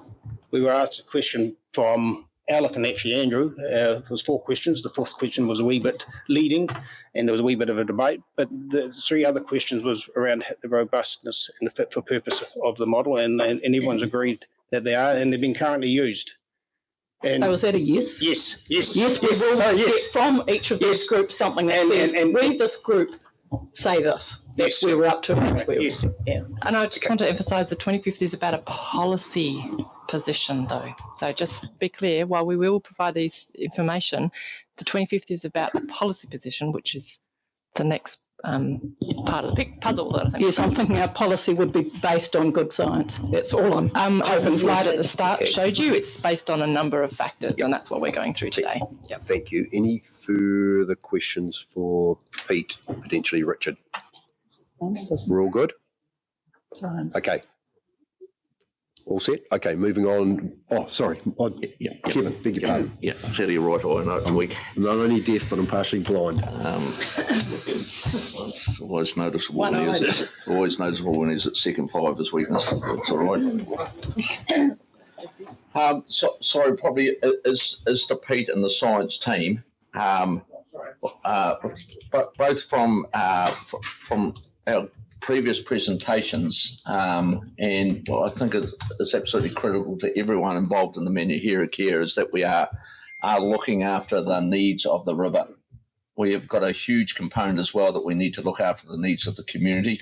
It's probably pointless having a good river up there if we haven't got a good community as well. But what I would really, and I don't need details, Peter, is really, does our science allow, and the figures that we've come up with, does our science allow for the needs of the river? In my opinion, yes. Thank you, Peter. Okay, we may just need a moment or two to organise this next presentation. So this is from Anna, and it covers off staff advice on minimum flows on the main stem and the tribs, water quality and transition time. So welcome again, Anna. Trying to rearrange. Presentation's up, but you might need to put that microphone between the two, or we'll just closer. Hi, I'm Anna Ferguson, for those who haven't met. I've had the rather enviable task of trying to make some sense of all of this, and I think I've got there. Well, it makes sense in my head. So let me try and take you through it and give you the reasoning behind our staff recommendation. So I think I just press that. You've seen this before. I just wanted to point out that I'll have a couple of little words around the policy framework. So you've had all the introduction from those other colourful circles. And the policy framework really does set our boundaries for where we head on this. I don't want to go into it in detail. You're probably bored to death of the NPSFM. But following on from what Anita said around the Te Mana o Te Wai, the obligations, the hierarchy of those obligations, is a very useful, but also provides out, like I said, our constraints or our opportunities, if you like, for the steps we follow to develop our water flow regime and water quality regime for the Land and Water Regional Plan. And that's called the National Objectives Framework. And in a really short summary, because it goes over many pages, it asks us to identify our values, look at the outcomes for those values, and then work out what are the appropriate flows and water quality that will help us achieve those outcomes for each value. So the values have been identified from previous consultation and in collaboration with the MRG and Kaitahu. And you may be familiar with this. It was in the consultation scenarios document. What we have tried to do here is put those values, align them to the language in the NPSFM, because some of them are compulsory, others must be considered. And we've tried to then align them to the hierarchy of obligations that underpins Te Mana o Te Wai, which are those first, second, third priorities around health and wellbeing of the water body first, health and needs of the people second, and the ability of people and communities to provide for their social, economic, cultural wellbeing into the future, now and into the future. So we have there obviously ecosystem health, threatened species, tauka species, natural form and character are all about the health and wellbeing of the river. We have drinking water supplies about the health and needs of the people. And then in no particular order, we have things like heritage, fishing, recreation, irrigation, stock water and tourism as being in that third hierarchy. Two of the very key iwi considerations there, or mana whenua ones, are Waihi Tupuna and Mahi Kakai, and on their advice, it's difficult to compartmentalise them into any, and so they run across all three, because really there's obviously a lot of cultural value, but the intrinsic link between that cultural connection to the rivers comes into the first priority as much as anything else, and also provides the health needs of the people. So I just check my notes that I'm covering for all these properly. One thing that I noted the other day in reading an MFE fact sheet around this, because I wanted to know where it all came from, where it started, is that we do have this hierarchy, but it was clear that it says it does not mean that in every case that the water needs to be restored to a pristine condition before we address the needs of those other values. So it's important that we address ecosystem health, but it doesn't have to be pristine before we consider other values, is what I'm talking about. Sorry, I'm going to try and look at two slides here because of my notes are not coming up on the screen. So around those environmental outcomes, trying to just make it quite simple. As I mentioned before, flows and water quality help you achieve your environmental outcomes. Today, we're focusing on flows. What makes up those flows? Again, trying to keep it simple, minimum flows, or it's not an actual flow in the river, but the level at which we set that is a regulatory regime that says at that point, if the river reaches it, any takes need to stop. And water take limits, which has already been mentioned, also known in current talk as primary allocation limit. So those two things help achieve your environmental flows. Your environmental flows in combination with water quality help you achieve your outcomes. I just, again, sorry, checking my notes. I think that's, yep. Yeah, so there's a lot of work gone into those minimum flows, and I know you saw them briefly on the screen earlier. So the next slide, we're going to talk about that. But really, we're looking at what minimum flow best meets our values, and taking into account some of those values have competing needs. How we meet those hierarchy of obligations under Te Mano o Te Wai is what we're talking about. And that sounds maybe easy on paper, but believe me, it's not. But these are they. We've got some more boxes on here, and all I'll do is give you an overarching view of those steps we're talking about, and then talk about what values we're providing for at that 2,000 litres per second level. So in 2023, which is the aim for the Notification of Land and Water Regional Plan, we recommend 1,200 litres per second at campground. This is an initial step only towards meeting the values. And it's worth noting that in terms of making that step towards some of those principles and kaitahu values, the cultural values, this initial step does go some way to meeting some of those immediate needs for those, and I'll come to that in the next few slides. The transitional step, or call it what you like, but the 2030, 7 years later, that's in there for a couple of reasons. Because one, we know from practice previously and human nature that if we put a high end goal sometime down the track, we tend not to make moves towards it until we get to it. So at 2030, we recommend a flow of 1,500 litres per second. This will provide some time for starting that adaptation for farming practices and or irrigation of that whole industry, but also for that galaxid management that's been touched on before. So the galaxids, and again, I'll get to this a bit later, but as we've talked about, the galaxids have made use of a modified system. And it's one of those little perverse outcomes that we don't want to play with too much until we understand more about it.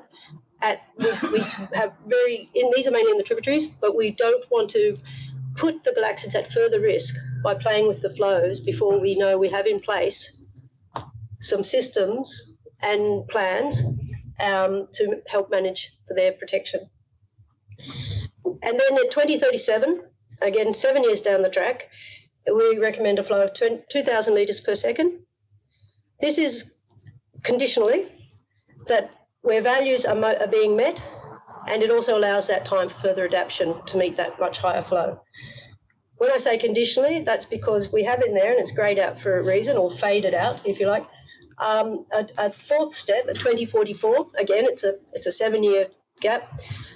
And it says there 2,500 litres per second plus or minus. And the reason for plus or minus is you've heard about a lot of ecological habitat modelling, and that tells you a lot of things about the habitat would be right or about right for certain species, native species, what they eat and then what they eat. But until you have that ecological process, the movement of those macroinvertebrates, i.e. the food for these fish, through the system, that's another key component of ecosystem health. You can't just say the habitat's there. You might not have anything in it.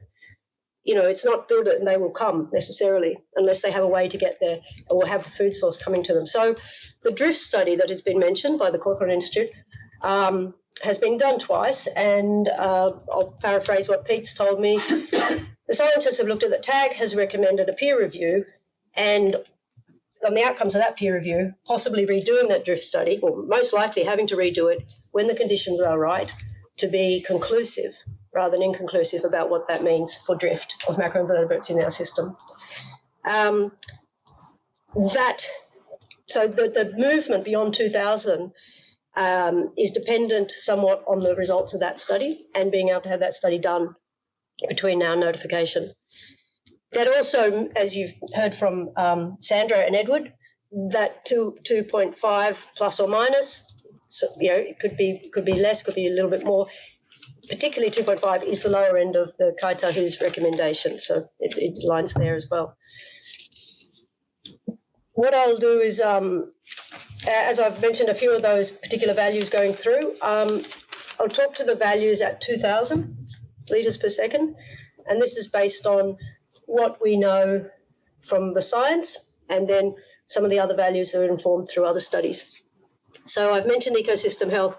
The important thing here is there are habitat models And I've spent a fair bit of the last 2 weeks working out what a curve means, what is the habitat at mouth, what is the percentage of habitat at a different flow compared to mouth as compared to the maximum, et cetera, and I spent some time getting it wrong, and then I started getting it right. It's not easy, but the important thing is that it's not one species we're aiming for. We're aiming for some key indicator species, and then we need to look at what supports those species, i.e. what do they eat, and then what do those things eat. So it's a food web.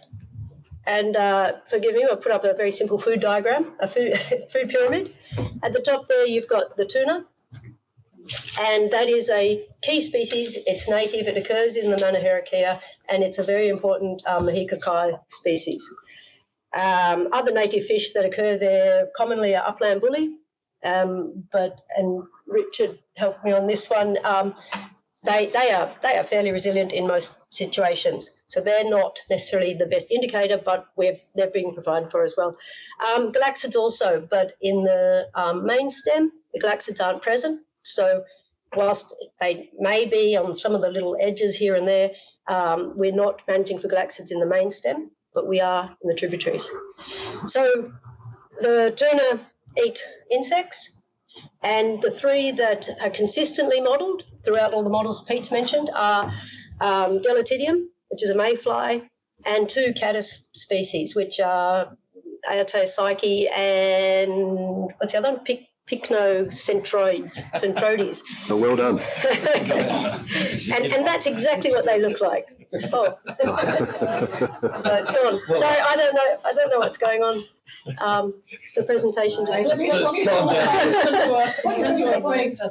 Right. I was talking too long. Yeah? I think you clicked it. We can see it. Yeah, if you can see it, you just keep rolling. Yeah. Okay. Oh, You've got it on your screen? Yeah, I've got it on my screen, but you no, can... just keep rolling. So we'll catch up. So and below that, those insects eat diatoms. And diatoms are a form of algae. They're good algae. And there are some pictures of what I think algae look like. Believe me, that took a long time finding those. So the reason for the colouring is, and this is where I'll need my notes, so excuse me while I move down, is that green is 80% and above. So that means at 2,000 litres per second at campground, for the reach that we've modelled, there is 80% of the habitat that would be there at the natural 7-day mouth. There is that for tuna, for mayflies, and for the Pycnocentroides. And to be fair, I have got the figures here, but I just have to find them on this other computer, is that at 2,000 litres per second, all the fish, sorry, that's a summary. You've got about, where is it? Sorry, you've actually got more than 100%, because habitat at mouth is not necessarily a maximum habitat value. It's hard, I know it's hard to get it, but we've actually got more than 100% of habitat for both small and large tuna, long-finned eel. For your macroinvertebrates, for Deletidium and the Pycnocentroides, one of the caddisflies, the stony-cased one, they're more than 90% habitat. However, when you get to the Kaitahufanui, which is your coloured yellow, that's because that's only 55% of habitat compared to 7-day natural mouth. When you get down to the diatoms, it's coloured red because they are at 2,000 litres, even then, they're only reaching 42%. Forgive that 42% sounds very accurate, but that's what the model tells us. It's a model, it's about 40 to 45%, obviously. So that's not great, because that's your basic base of your food web. And at that level, it's a key source for macroinvertebrates, and it could represent a food web limitation in the lower Manuherekia. However, you're not going to get up to even 80% unless you get well beyond 3,000 litres per second. And in which case, the other species are obviously being well catered for, or if you go too high, it may have the opposite effect. In terms of not nice algae, this was a conclusion from Richard Allibone's report, is that none of the minimum flows we looked at, so that's from the 1,200 to the 3,000, are likely to prevent algal blooms. algae and moving it on really needs some of those really big freshets. And we're not talking, you know, the little pulses you get in summer, but the big floods, and that will help clean off that bottom of the river. But it also takes away a lot of this good stuff, which then has to rebuild its habitat space there. So that's the values for ecosystem health. One of the other values we looked at was natural character. The most we have to go on that is, in terms of natural character, there are many aspects that make it up.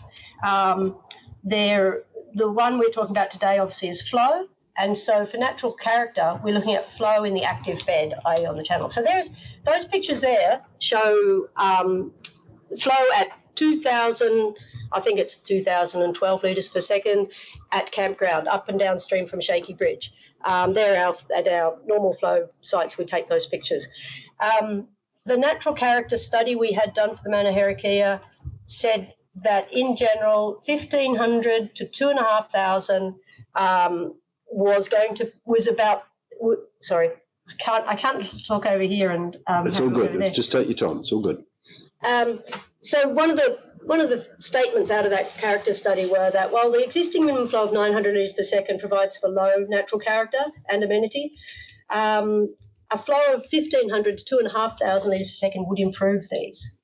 So it's a fairly broad range, obviously.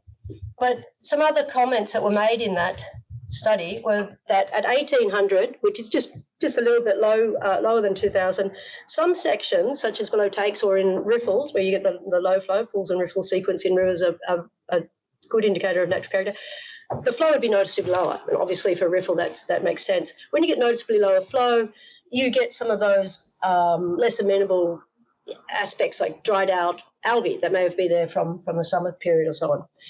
So really it's pointing to 2,000 would fit well within that range of the recommendation from that study. But it did also point out, and this goes back to my previous slide, since the natural processes of a river ecosystem are the key consideration for natural character, those flow requirements are strongly linked to the ecology.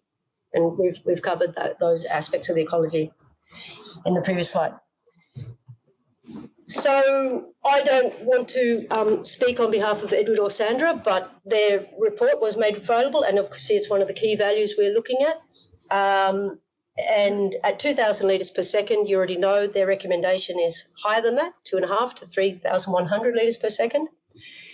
Available also to us, which was part of the consultation we did, was there's a Gail Tipper's cultural flow report, and that was done with the purpose of helping set flow scenarios and determining a flow regime. And in there, Gail was very clear that it was not done to her ideal standard in terms of number of visits, or because they have people go out and answer 15 attributes about the river and how it makes, from everything from would you be able to catch kai there, would it support the species you're after, how does it make you feel to be proud of the river, are you connected, and so on.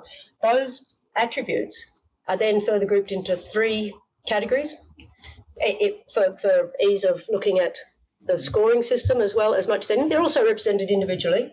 But those 3 categories include cultural use, which include kai gathering, and then Waimaori, which is your freshwater values, and then how Waimaori contributes to the health and well-being of whānau, its ability to do that. Within that, at campground, those studies, and then again, it is, I understand, Sandra, going to be redone, the cultural flow, or there will be further visits to make sure that it comes up to the standard that Gail wants for methodology. The other thing is that will also, I think at that point, we'll also update it so that it incorporates the later information that we've got about the science and habitat needs as well. Yep, thanks. So in that report, when you look at those 3 groups, cultural use, Waimaori, and the contribution of the freshwater to the health and well-being of whānau, at 1,230 litres per second, cultural use and that contribution to health and well-being were always reasonably satisfactory. I think that was the cut-off. I'll just have to check the wording, but it recommended that if you were managing the river at campground for cultural use and contribution to health and wellbeing, you would recommend a flow of 1,230. For Waimaori, it was at 2,300 litres per second to meet that grouping of attributes. So the reason 2,000, this is not saying 2,000 meets that last one, but our first initial step of 1,200 goes a long way to meeting a couple of those key cultural values issues. The Kai species that actually will be there, we've referred to in our ecological habitat modelling.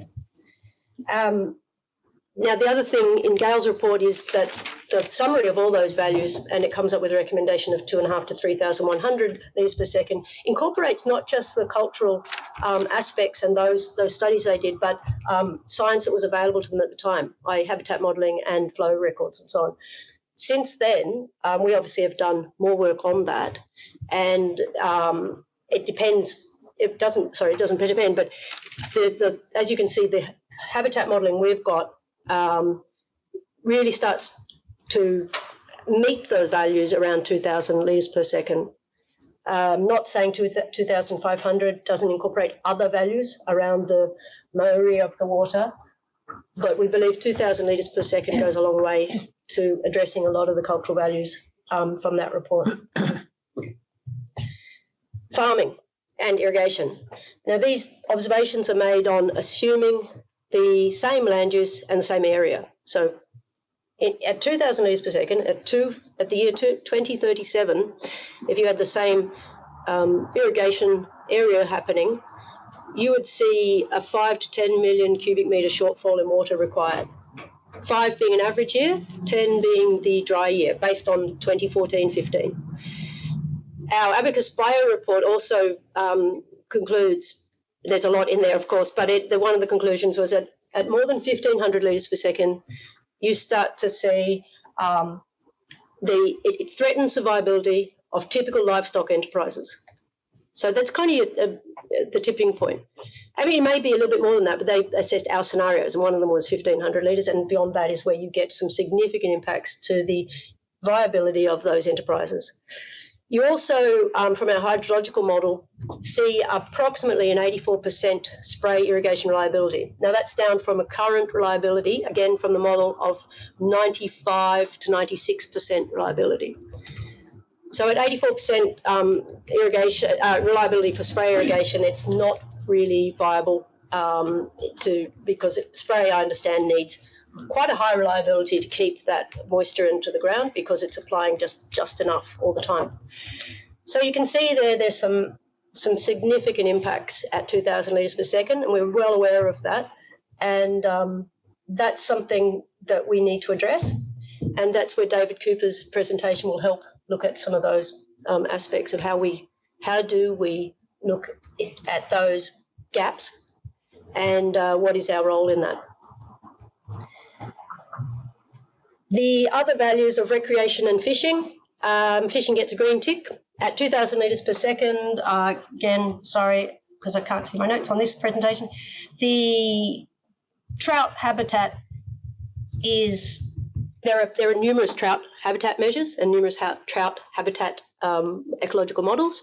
Some combine trout, rainbow and brown trout into one. Some have adult trout only, some have small trout, some have juvenile trout. I don't know the difference between a small trout and a juvenile trout, but 3 out of those 4 measures are greater than 90% for trout at 2,000 litres per second, and the combined adult trout measure is greater than 60%. Now, that's that combined brown and rainbow trout model, and it's typically low across all scenarios because of the way that habitat preference curve works, I understand. The recreation, the report we had done for recreation, which worked a lot on surveys, had a flow for swimming of around 2,000 to 4,000 litres per second as being preferable. Now, one of the big things that came through the community consultation, and I know Kevin's read all of them, so he'll be able to back me up on this, is that people's idea of recreation, whether it be paddling, swimming, kayaking, canoeing in Manuherekia, is incredibly variable. People will paddle at 900 litres per second. People will swim at 2,000 litres per second if they have good swimmers. Or some people won't let their kids in because they're little and the flow is maybe not so great for the little kids, but it's fine for the bigger ones. Some people will jump off a bridge at against all of the best advice. So I think the takeaway from that is the recreation is so variable that at 2,000 litres per second, as a minimum flow, that's not always going to be at 2,000 litres per second, by the way. The river will do what the river does. But recreation will be a user's choice. However, one of the most important things around recreation is people don't want to get sick from it. So water quality will be the key aspect for recreation in the lower Manuherekia. And I'll come to water quality in a second. So that's where the values meet for, that's where 2,000 litres per second addresses our values as streamlined. And you notice I haven't pulled out heritage and tourism and so on, because they're not the values that are highly influenced by flow. There are other aspects that we are looking to manage for maintaining and addressing our other values. The next slide is going to be around the tributaries. And if you want, I don't know if anybody has questions now, or should I just finish and we'll come back to all of it? No, you just keep going, we'll come back. So there's been a lot of talk around having contribution from the tributaries proportionate to natural, and having minimum flows on tributaries. And this has come through not just from what you heard from Sandra, but from other avenues through the consultation and through the MRG. So the main tributaries we're talking about are those on the that come off the Dunstan Ranges. So we have Dunstan, this is from the top down, so to speak, Dunstan, Lauder, Thompson's, Chatto. We're recommending at notification a minimum flow, as you can see up there. Now, they do match what the irrigators had asked for, and at the moment there is no minimum flow on the tributaries. So in terms of their added value, they start adding value straight away. But again, on the similar respect of the main stem minimum flows, we're looking at a transition up to 2037 across those tributaries to a flow that, again, I won't go through all the values, but we have ecological models for those. Two of them, Pete and Rich are aware of and have done the studies for, particularly Rich, and two of them we have borrowed from Matt Hickey's results. They're not, they are what they are, and some of the results will be slightly higher and lower because of the way they've been applied. The models are the same, that's fine. It's just whether you, which 7-day mouth you use, because we have one out of Goldson model, but of course other people have estimated a naturalised mouth before that Goldson model might have been available. They're not too far off, but it will make a tiny change in terms of where the percentages of habitat will land. But in general, they're fairly well aligned. So that's why we've recommended those endpoints over the next 15 years for the tributaries. They help contribute to a proportionate natural flow, and they protect the species we're looking for, as well as their food and sources and so on in those tributaries. Again, the diatoms, we only have that model for 2 of those tributaries, and that being the basis of your food web. It's typically low, but it's going to be very difficult to provide a huge amount of habitat for them unless you, add more water to the catchment, really. So, as I've mentioned, I have mentioned the galaxids before, and I just want to mention that these endpoints we've got for 2037 for the tributaries are looking at 80% or more for tuna. The models were done at the lower end of these tributaries, and my 2 friendly ecologists tell me that galaxids are not really at the bottom end of those tributaries. So to use that model to target galaxids doesn't make a lot of sense. Having said that, we can see that habitat would be provided for galaxids at these levels for sure. What we need to be very careful of before we make any of these shifts, as I mentioned this before, is how do these minimum flows, even at 2030, affect the galaxids that are upstream? So we can model these flows at the bottom and do a transitional longitudinal back upstream to see what the flows will be before we make the change to ensure we don't increase the risk of predation by trout. And to do that means getting measures in place fish barriers or moving the water around the drying reaches, et cetera, to protect the galaxids. And that will require careful management planning, and not just by ORC, but obviously fisheries agencies that are involved in this kind of thing. They're the best place to lead, collaborate, coordinate that kind of role. And DOC are keen on that as well. The other thing that's come up with both of these, obviously, is the time. So we believe that the 15-year goal we've got at the moment within an interim step does allow for a within-generation change. Whilst 15-year might be outside the 10-year time frame for some people's recommendation, with that 7-year step in there, there's a significant move towards the end goal within 7 years, which is within that 10-year generational change. We do need steps to move towards that end point. There's a lot of change required so that we can increase the health of the river, but also not destroy the socioeconomics in doing it. And that will take time. The timing might seem odd, 2037, why 7 years? It's not because it's a lucky number. 2037 aligns with some of the, well, at least one key consent that's in existence at the moment, a water permit that's there, the Hawkton Idaburn scheme. At 2037, we have the ability, it will be coming in for renewal, we have the ability to look at that in terms of what can it add to our goals and outcomes. And the midpoint, 2030, would align with potentially a huge swathe of consents that this is all quite dependent, but depending on Plan Change 7, if the consents proceed and have a 6-year approval, then 2030 allows us to time for them to bring into line for the next iteration, so to speak. As I mentioned, all of this time is required to deliver those solutions and adaptations, and I don't want to steal David's thunder, but that's around managing risks to galaxids, obviously, the wetlands and the riparian vegetation, what water infrastructure efficiencies can be gained or improved, and the age-old question, storage. How do we find new water? Oh, there it is. Sorry. Water quality, I'll touch on this quickly. We have a baseline. This is from the State of the Environment report. You can see some red on there. Our vision, which Anita put up earlier on, has a 2050 timeframe. Now, that's obviously out in the not on proposal at the moment, so that's subject to all sorts of inputs.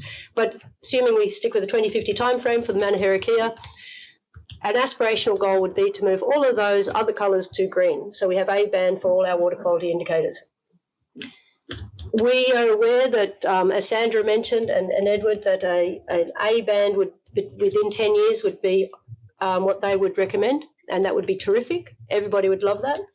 It's just not possible. And if you want to get into the detail, I could ask Rachel Ozanne, but basically there are some big issues in some areas, hotspots, that will take time to turn around. And that means that we need to set a 10-year target. And our principles for those 10-year targets will be that where it's green, it must be maintained. Where it's red, it must come up to at least an orange. Red means it's below national bottom line.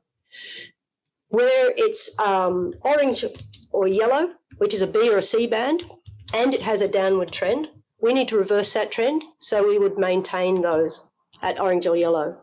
That is, not let them slip anywhere further below.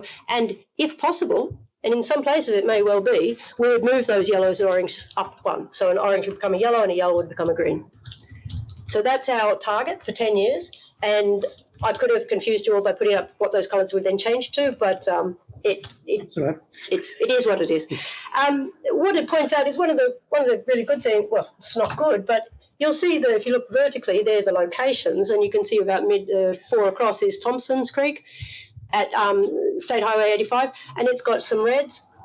The exemplar project we're undertaking, or that the MFE are undertaking, that ORC and the Catchment Group and everybody else is a part of, should go a long way to addressing a lot of those reds. So we're already underway, is what the point is there. This is my last slide. Maybe some questions around what is the water take limit. these are our next steps. We are looking very closely at what is that water take limit going to look like, what is the quantum. We need to set possibly a seasonal minimum flow, like what is the level at winter, below which we don't want to drop, so that we maintain that seasonal variability. And supplementary minimum flow, that's the minimum flow, well, that's the level at which anybody with a supplementary permit can take. Now, I understand there's not a lot of supplementary permits in the catchment at the moment, but there may well be a bigger call for those, given the amount of storage that may be, there may be a big shift towards storage on farm, hence people need to fill that, and supplementary is the best way to go about it. Back to the water take limit, yes, we're giving a lot of thought. One thing I will say is around variability, the water take limit works with the minimum flow, in that the minimum flow is kind of like your safety net. That's it. You've gone to the point where you don't want to go any lower.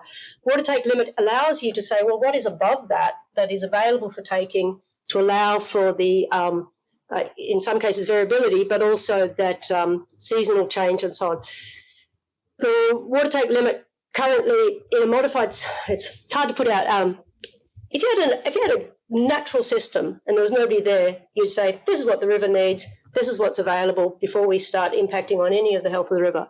We don't have such a system, and we have a storage dam that augments a lot of the take. So the water take limit is not all natural run of the river, and that needs to be calculated into our figures there. And that means that when people say, oh, the Manuherekia is so fully allocated, it's, on paper it's 32 cumecs or something. Nobody ever takes that. It would be impossible. Even, what is the actual demand in our model for the area of irrigation for Manuherekia Valley? It gives you a better idea of, if you're doing spray irrigation, 5 millimetres, 5 millimetre application rate.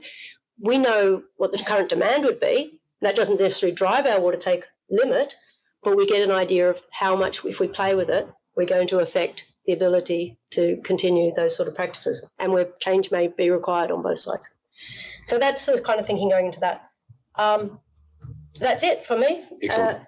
Well done, Anna. Well done for making sense of the technical data. Just a question on the last slide. Yep. We will be receiving some advice on the 25th of August at Council regarding that slide. Is that correct? Yeah. Okay. Yes. Okay. Hey, now, so just before I go to Marion and then Hillary. It was just answered. It's just answered? It's been answered when you did the 233, 237. I couldn't understand why you took a 15-year. Yeah. I may have an argument later, but that's not the question. Okay. Hey, we'll just have just a few minutes for questioning, and then we'll go into David Cooper's presentation, the non-reg stuff, because that's an important part. I'll go to Hillary and then Michael. And then Brian and then Kate. Yeah, just two little questions, I think. Those tributaries, is there a sort of technical, scientific something behind the 237? I know why the 237. I'm just saying where did the 450, 160, 141, 50, are they based on technical or ecological habitat modelling? Right, so that will come out when we see that modelling? I have the outputs of the model. It's not very useful to put up here for every single one, but yeah, it's there. Oh yes. I have the similar figures of percentages for those species from those ecological habitat models. Yes. And the second question is just, I guess, one for Edward, perhaps relating to this. Would you consider allowing us access to, as obviously our staff have, the tipper report? I mean, I know you said that we could have it today, but you weren't going to put it out there. Could we have it out there, since it is being used by our staff clearly, and that would be good? Maybe I should answer that. I think, as Anna has mentioned, because there is some shortfall in the numbers of visits we need to do to get the robustness of it, and we're so, and essentially to sort of. Yeah, I appreciate it. It's a work in progress, and it needs further, but it's being used by our staff at the moment. So we should, I think, have what they're using, if they've taken something from it. So we, as we said, and so we sent an email out to you the other day, or I did, we were going to make it physically available to you today, so you will have access to it. Yes, that's not what I was asking. The concern. So the answer is we've been advised that the answer is that no, we won't be circulating it. So I think my understanding is that there's still an update to occur. So we will see what we can see at this point, but at some point further down the track, we'll have it slightly different. It will be updated. No, but our staff have gone to trouble to tell us that they're using it at the moment with its limitations, and I fully understand that it is a work in progress. Yep. But for us to have it not just on the table today, but have it as a document out there, as it were, knowing that it is a work in progress and not expecting anything, but our staff are using it right now. So I'm going to say no. I'm just saying that I think if our staff are using it, we should actually have it out there so as it can be sort of. My point is that technical data, it evolves from time to time, and it hasn't quite landed yet. We know what it looks like at the moment.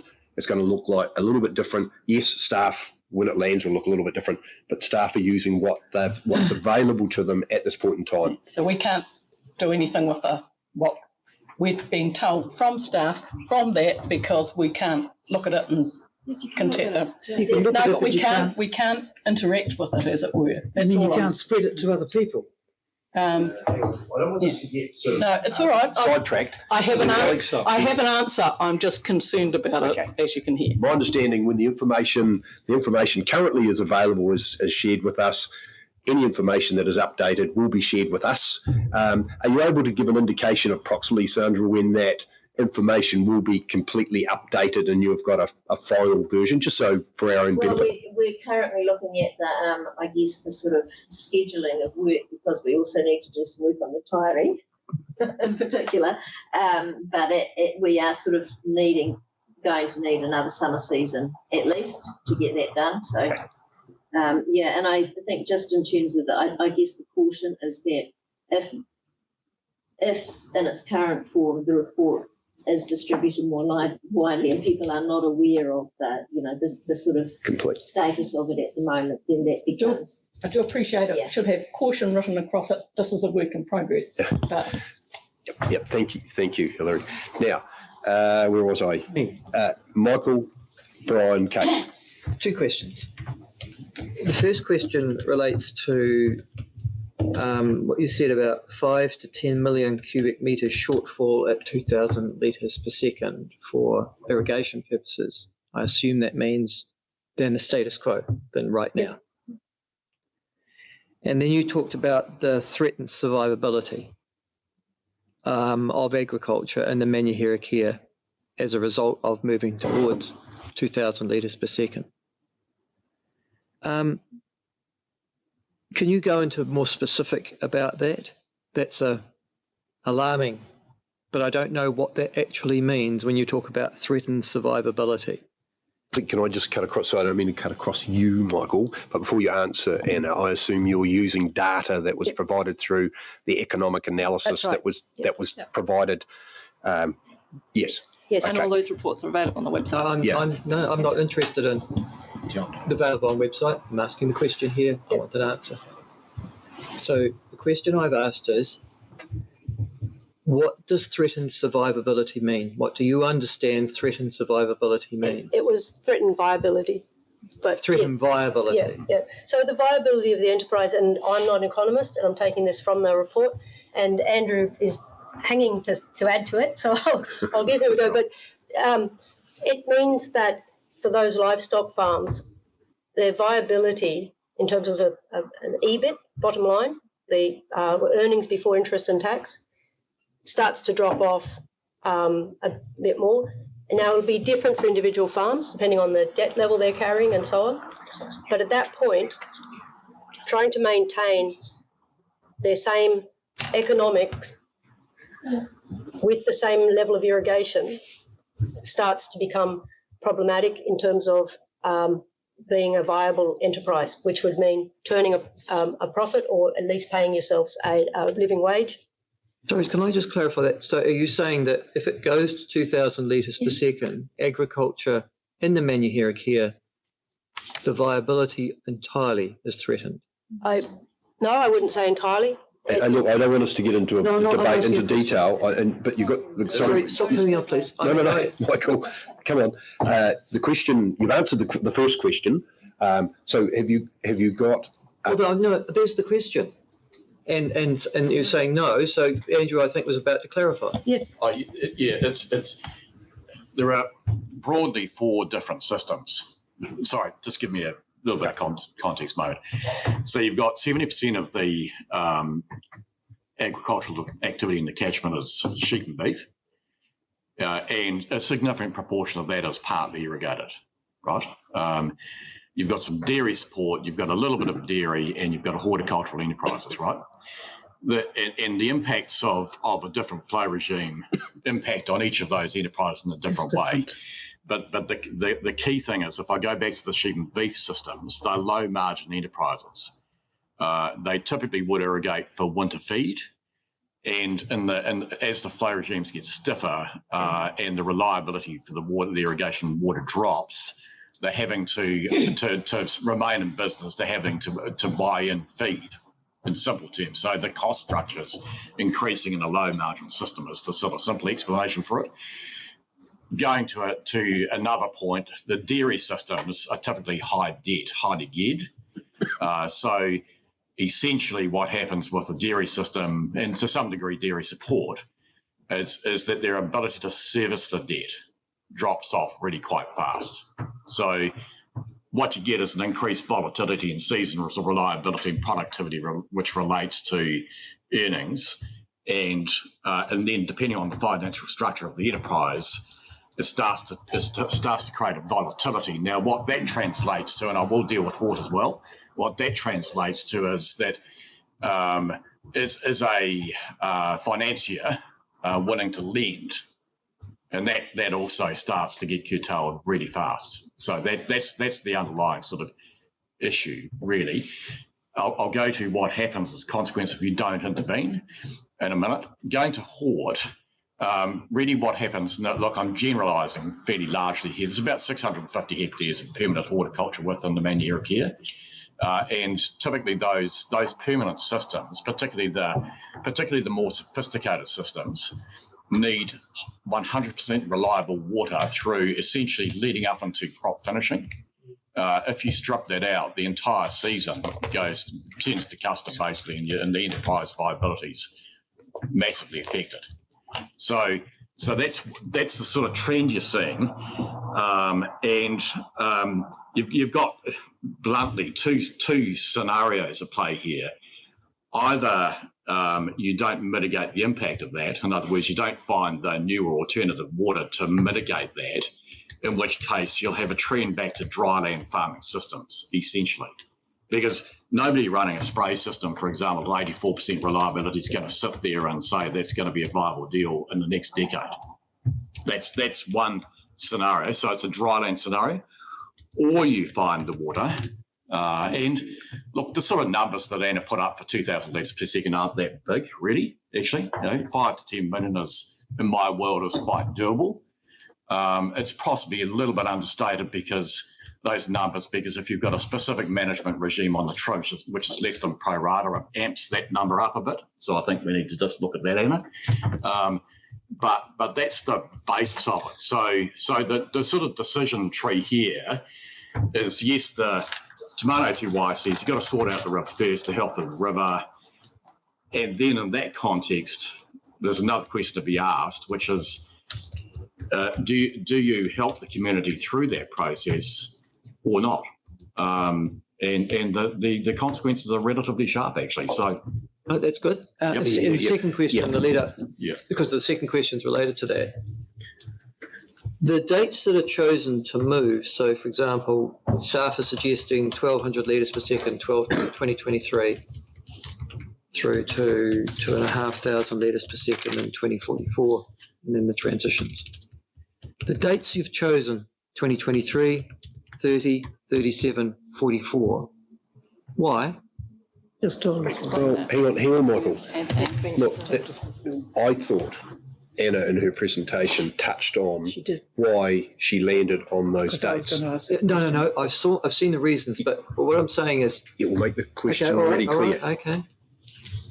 Thought it was clear. Can those dates be altered with any significant policy recommendation? Sorry, no. But that's not the point. Can those dates be altered? So yes, they can be altered. This is saying it's staff. This is the date for recommendation. Those dates align best with the context of the consents we're working with that are significant to the Manuherekia flow regime. We can alter them. Yep. So at this point, Anna, is it fair to say that they've been tailor-made to suit this particular case that's in front of us, i.e. Manuherekia Rohe? Yes, that's correct. Okay, thank you. All sorted? No, that's cool. Thank you. Brian, then Kate. No, I'm going to that one. Okay, Brian. Yeah, cool. It was about the minimum flow in the tributaries and the minimum flow in the main stem and the hydrology relationship potentially between them. Yep. So, for example, if you achieve the minimum flows in the tributaries, how does that impact on the main flow? That's a great question. In a very simple sense, if you have a minimum flow coming from a tributary, that's a guaranteed flow coming into the main stem. Yes. And we can add that up, and that helps contribute greatly to the minimum flow at campground. Yeah, like 50%, 80%. Has somebody done the modelling on that? Yes. So what is there a percent? Off the top of my head, for those, if you add up the ones 450 and the hundreds and 50s and so on, that's for the 2000 level. Yeah. That's about 95%. Oh, good Lord. Is that right? No. Sorry. It's not 95%. What did we? It's probably if you put your slide up there. It's prorated to the amount. No, it's not. It's proportional. Let's take it on notice. Let's just take it on No, notice. that's okay, but it helps significantly towards. So you just add 450 for 900. So it's approximately 50%, as you say. Yeah. Sorry, I don't know why I said 950. It's all good. I was thinking of the 900. So yes. Yeah. Okay. Are we all sorted? We're all no more questions. So, Kevin. Yeah. I'm just going back to the key slide we have on Tomato to Y and the needs of the river, which is what we're here about, and we're talking about the values, and the key part is looking after the water body, the ecosystems, and the indigenous species. And so I'm just wondering your rationale, and you might want to defer this to come back to me.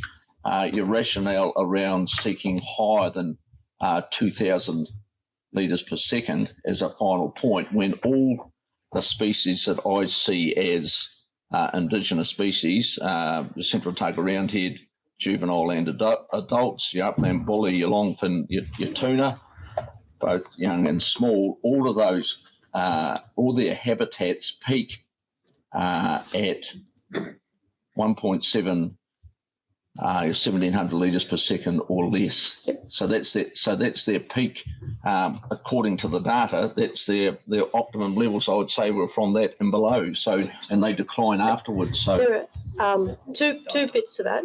One is those species need to eat stuff, and the stuff they eat doesn't necessarily peak at those levels. However, the main thing, the reason why we're looking at that next step beyond 2,000 is because it's conditional on a drift study. So it's all very good to have the habitat and know that habitat's there, but unless you get an actual process happening, and that's what the drift study is a good indication of, then we don't know we're going to get a fully functioning ecosystem.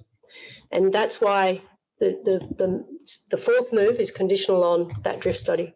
Right, and so that habitat, surely that habitat at its maximum wouldn't exist unless there was the feed there for it, I would assume. I mean, otherwise something's been... Richard? Rich can answer that one. Richard, just come forward to the mic, please. One of the things you have to understand when the habitat model is, it models habitat, okay? So what you're talking about, Councillor, is the amount of habitat available with flow. So it's telling you the habitat is there. When it's saying the habitat is not there, and this is what's happening for Aotea Psyche, the diatoms, the flows where you've peaked out the habitat for the fish, they're still only getting 30 or 40% of their habitat that they would have at the mouth. Now, I can draw this on the whiteboard a bit better if you'd like and explain it, but the different species respond differently, the habitat for them with flow. Some come up very quickly and then level out, and that's the fish ones. So once you get to their peak, the flow doesn't add any more habitat. The other ones constantly rise. Okay, now you can get all the habitat you like for eels, but Anna's right. If the food resource for them is down at 30 or 40%, going to get fatty eels. You won't get all those eels occupying the habitat because they won't have anything to eat. Or the eels you get will be skinny. So it's about providing the whole thing. And the other bit that Anna's talked about, the food web, the diatoms are eaten by the deletidium. So the deletidium are then eaten by all the fish. They're a really important food source. So if the deletidium are okay and the fish are okay, but there's nothing for the deletidium to eat or they're restricted, that's where the limitation comes in on the thing. And the Aotea psyche, they're a different food chain. They are a little net spinner that live on the bottom of the river, and they make a little net, and they catch particles that drift downstream and graze them off their net. So there's a algal feeding food chain, and there's a detritus drifting food chain. And you see with the Aotea psyche, the faster the water flows, the more water you have, the more food that comes down onto their net. The more that they have to eat, the more that they are around, the more of them that can be eaten by the fish. So you can't simply provide for the fish and say there's enough habitat. You have to provide something for them to eat as well as somewhere for them to live. If you only provide somewhere to live, you don't get the whole ecosystem function properly. Okay? Thank you, Richard. Okay, that now completes this segment of the presentation, but the Chief Executive, Sarah, just wants to make a comment about timeframes. I just wanted to, there's a second piece, I think, that we just needed to mention in regards to Councillor Law's question, which was around could we change the timeframes? We could, but remembering that we've already got 2050 in the notified RPS. So you can't, we've already set 2050. So basically what I'm saying is the amount of movement you could have would need to be within that period. Yep. Thank you, Sarah. Thank you for the clarification. Now we're going to move to David Cooper's presentation. I imagine it might take a minute to get organised. Yep. So I think you couldn't push it out beyond. And while we're just going to put some other slides out, and staff will be putting some. Just a short break for 2 minutes. Okay, if it's on.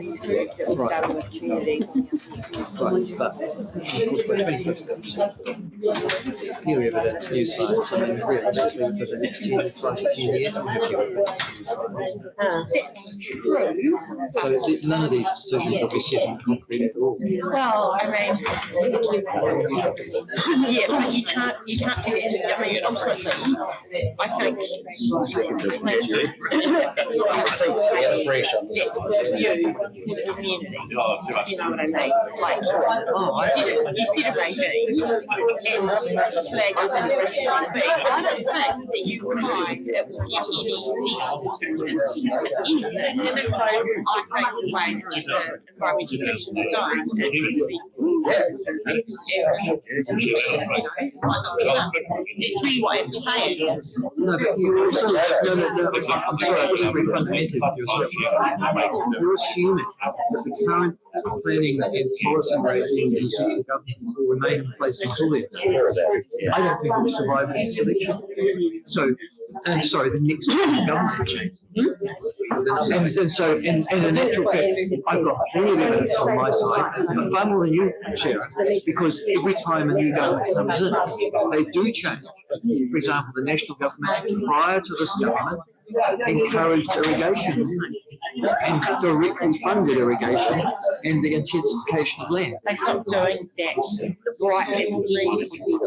The point was that there was a significant policy change to that point. So I don't think you should assume that you're going to be dealing in the current political environment at all. And that's why I say 2050 is never Political environment, no, with current laws. it doesn't matter. I wrote this. I only hear these things in public. Because you want to. No. You're missing the point. So what? I want. The question was, why did she choose based on that? A number of players. There are literally 110,000 people who will be watching this workshop.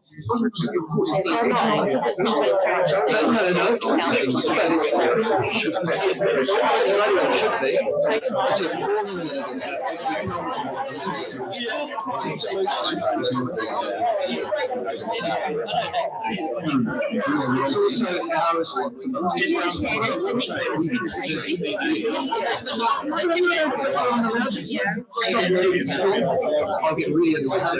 Don't let me ask questions. And that was not a hard question to ask. That's very good.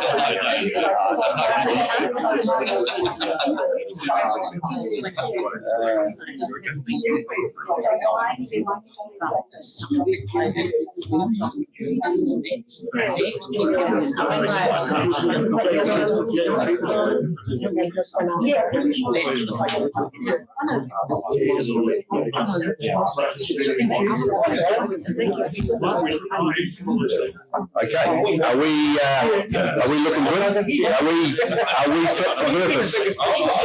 We are fit for purpose. Has everyone got a seat?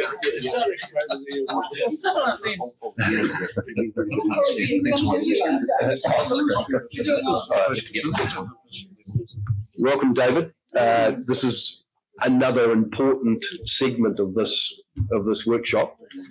My understanding is it's very much obviously focused around the non-regulatory side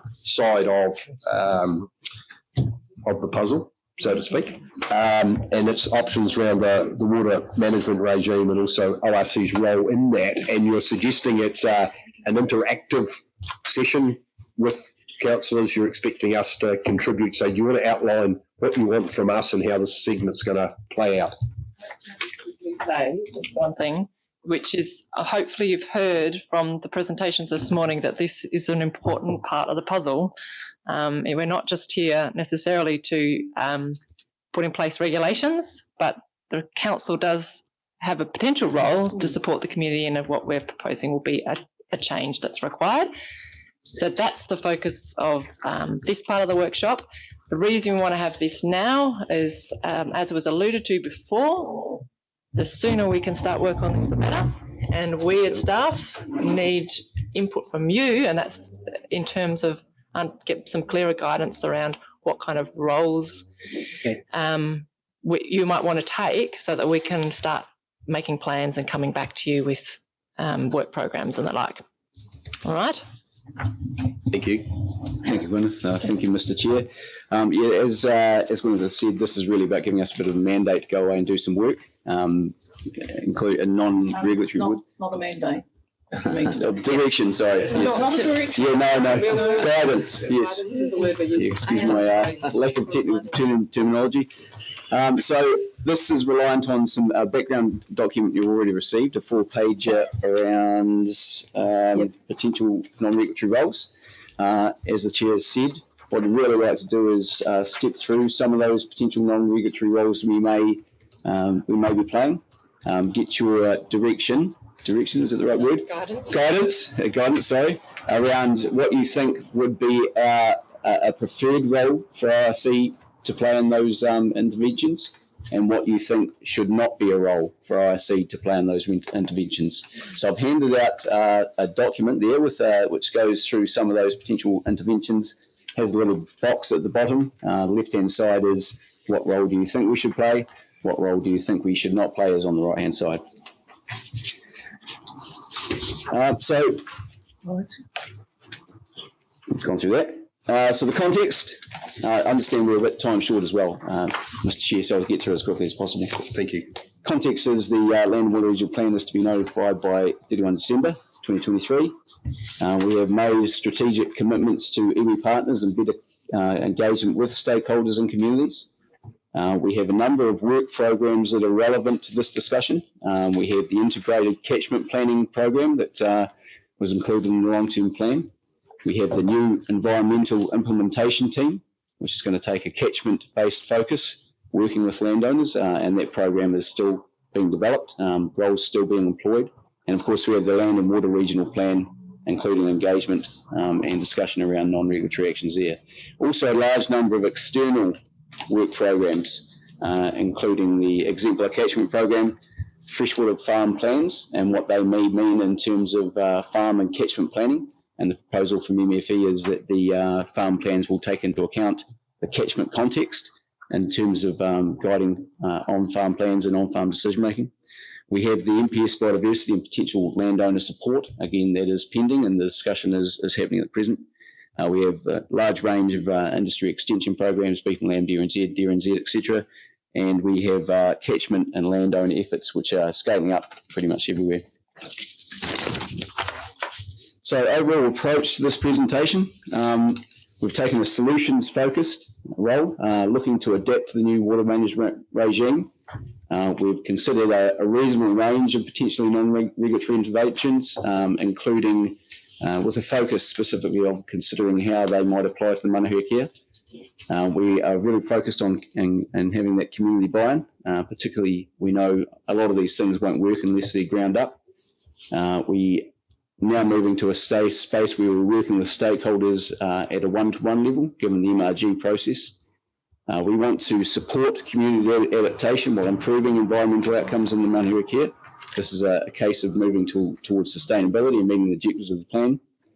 We want to ensure that they are aligned with existing and proposed RRC work programs. We've considered what those work programs may mean to some of these interventions. And we've identified the external work programs, current and pending, and considered pending regulatory requirements and tools, as I've just outlined. So, potential roles for RRC, you would have seen from that initial paper distributed to you prior, that there are some interventions. This is the approach we're taking, outlining potential roles for RRC in terms of those interventions. I'll just run through them quickly. There is the stuff we need to do anyway, monitor, investigate and regulate. There is the opportunity to inform communities, give them information, give them science, work with them to address any information gaps they've identified and they may need from us.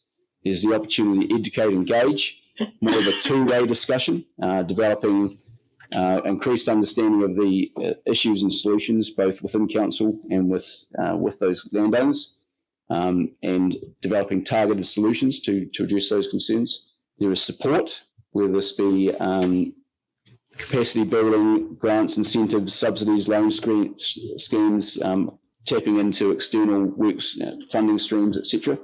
And then there is the doing, basically, you can imagine building structures, etc. So the first question is to get an understanding of your thoughts around our potential role in terms of capacity building. So the options, one of the focus in that paper you've seen already is the options in terms of encouraging greater water efficiency. We're already required to address efficient allocation of water in the Land and Water Regional Plan. That is what the NPS is telling us we need to do. There are existing irrigation losses through on-farm storage, losses from distribution systems, and how and where water is applied. And this is not a surprise to the landowners themselves. They're well aware of this. There is the ability to expand upon existing water use efficiency, practices and understanding. And there is the ability to promote practice change, including looking at different ways of managing the existing land use or diversifying to lower water consumptive land use. So in the paper in front of you, there should be a little page on that offering, asking you what your thoughts are in terms of those roles. So again, the left-hand box is what roles do you think we should play? The right-hand box is what roles do you think we should definitely not play in terms of capacity building and education? Mr. Chair, if you I'd appreciate a bit of a discussion, but I know we are time short, so I'd be guided on your thoughts around how we. So how about, obviously individually we will fill out these forms and then hand them back to you, rather than just for the exact reason you've said. I don't believe a discussion will be as beneficial as completing a full presentation, if you know what I mean, because we are tight for time. But you'll get the information back from us is the key, and you need feedback in terms of guidance, in terms of the programs you are going to look to develop. So you still you still receive that information, is what I'm trying to say. Thank you. Okay. So maybe we'll just give you a minute or two to do that, because I'm just conscious that if you, as requested, you want a paper on the 25th that outlines some of the stuff, it will include the stuff you're about to give us. So, so we need it today, is what I'm getting at. Okay. So we might need to just build in a bit of time. Yeah. So when do we get to formulate an understanding on what other councillors are thinking and why they're thinking that, and that may actually influence my decision in that. That was a jolly good idea from Councillor Deaker, and I wouldn't mind sharing a bit of that. How long have we got? I mean, just, I don't mind doing what you're saying, but when do we actually have that chat? So could it lead into a workshop? Is maybe that's. Is it? Okay. We've got 3 other workshops we've got to get through today, so. No. But if I can just give you a little bit of context. One of the reasons why it's important, these are just your initial views, we're not going to hold you to them, but one of the reasons why it's important that we have this information as soon as possible, as in today, is because what we want to be able to do when we come to you with our noting paper on the 25th is to come to you with a package so that the community has a level of understanding about not just what we're proposing for the numbers for the minimum flow, but what other things we're also thinking about and how we support transition. So that's why it's important for us today to be able to get just your initial thoughts. What's your, we've all done psychometric tests before where you tick the box quickly, with your first thought. Even something like that is going to help us to be able to frame for that meeting. So just before I go to Michael, is there any reason why this session can't lead into a further session sometime between now and the 25th, even though it could be done So we have to have papers out to you by next Thursday, I think it is. Yeah, so we have to write it over the weekend and get reviewed. Hang on, just one at a time, please. Michael. I just want to ask a question of you. Yes. The question I have is, why the urgency? Really? I mean, just explain that. So cover that off. You're making a decision on the 25th for notification. Yes. No, not for notification. For noting. Whatever that means, but for noting. But nevertheless, is that on or off? It's off. You're making a decision on the 25th for noting, which means it won't be policy, correct? Correct. Cool. But whatever decisions we make on the 25th will have significant implications for literally hundreds of people. So why would we be seeking to rush remedies or potential remedies on that day as well? Sarah, do you want to? Yeah, it's not I would disagree that it's rushing. I've had this conversation with the chair and Councillor Malcolm several months ago now about, I don't think it's entirely the best thing to do to just come out with a number without giving the community some awareness of the other things we might want to do to support the catchment in the future. And what we've talked about today are some things that will need to happen relatively quickly. For example, how are we going to manage the galaxids issue? Because that needs to be done relatively quickly. So what we're saying to you is there are a number of things we can do. We just want to know if you're having an allergic reaction to any of them versus is there anything that you strongly at this moment think, yes, I'd like us to investigate more education, or yes, I'd like us to investigate X. I'm not asking you to make a decision about what that is or how much that costs or anything else, but we don't want to go and spend time working up something that the majority of you don't even want in the first place. And that's really what it comes down to. So we're trying to get an initial impression about how you would like to support the community through this change process moving forward. Then we can do some further work. I'd remind you that we are now in August, and while we have only just finished the LTP, we are actually about to enter budget preparations for next year. So we don't actually have an awful lot of time if we want to come to some understanding of where we want to put our investment. But the other point I would make is we haven't been able, and we feel that it has an influence, you couldn't necessarily make these decisions without looking at all of the information at the same time. So we couldn't come and say, what do you want to do in the catchment? Because your first question would have been, well, what's the minimum flow going to be? Or what's the timing going to be? Or the transition period? So that's why we're posing this question today. And I said very simply that we're in a workshop.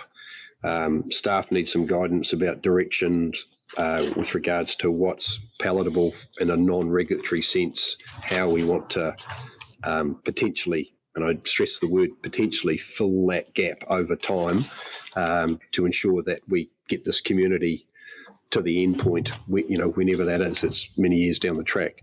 So I don't see this as I don't see it as needing a conversation amongst us. We've all got different views, and I assume everything in here is up for, it says potential roles for ORC. So I think individually we need to just fill this form out, submit it back to David, who will then collate the information and let us go, take us to whatever the next step is. I just think we're going to spend a whole lot of time debating about what has merit from one individual to the other, and you might have completely opposite views. And then I'm thinking, well, why don't we just put that down? Yes. And then if there's a bit of a collective view, David will work that out and feed that back to us. I'd just rather that we continue to make the most of this workshop, and I think that if we spent time doing that, we wouldn't be making the most of this workshop. Well, can I ask another question? Okay. Have you examined, for example, Hawke's Bay, I know has been through this process, Andrew would be a long way ahead of us, the mitigation techniques that might have been employed in other regional councils where there has been changes to water? So as Sarah said, we're trying to get an initial gut, right? So we've obviously, with all this work that's gone on the last 2 years in the Manuherekia, this is the list of staff things that we think might be applicable to complement what we've just talked about earlier this morning.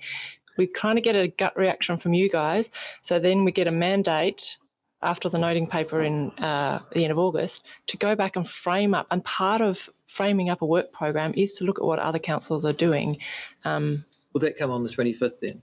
No, because as Sarah alluded to, there's a whole step which is building up the work program ahead of an annual planning process, which is what needs to occur in the sort of second half of this year. So all that's coming in the noting paper is we're trying to reflect back to you what you tell us today in terms of, and then giving us some sort of mandate to go away and start building up the work program. And I'm assuming, Sarah, therefore, that any funding for any of these programs would have to be in the next annual plan. That's right. That's right. Yeah, we don't need to stay where we live for this. I'm not sure whether that's helpful, Hillary. Gretchen. We'll be if we're after money from it. Just shall we write some comments then as well on our sheet if we've got time? That might be good. Anything you feel you want to put out. And the other question is that it relates to the Manuherekia only for this one, but just noting as well that we've got other catchments that we need to work with as well. And for example, Kakanui and the Taieri soon as well, board short catchments. So this one is just the Manuherekia. Yeah. Yeah. And that effectively answers Councillor Laws and Councillor Malcolm in terms of have we looked at other places? The answer is yes. There are different examples we can pull from. Particularly in a previous role, I haven't looked at that. But one of the key lessons is, as Councillor Robertson is saying, it has to be context specific, responding to the issues within that catchment. You can have frameworks for decision making. You can have frameworks for investment in those catchments, but it does have to be context specific and it has to be ground up and short to work. So yeah, I certainly appreciate that these giving you a tick box exercise is not a great way to provide informed feedback. So sorry, David, Michael, question from Michael Beaker. Yeah, I didn't want to interrupt you, David, but I've got to page 5. This is a good exercise, by the way. Thank you. Really good. Page 5, transportation efficiency. I'm assuming you're meaning races, pipes, pumps, water transport. That sort of any way of transporting water which is most efficient, most economically beneficial. Yes. Okay. Just for the rest of us, on page 2 out of 4 of your paper that you put in, you've got them under the headlines that almost match this. Yes, yeah, we had fully explained. We had a discussion. You did right. We had a discussion around whether we include that information from that 4-page paper in this presentation, and thought it might be. I just across. Thank you.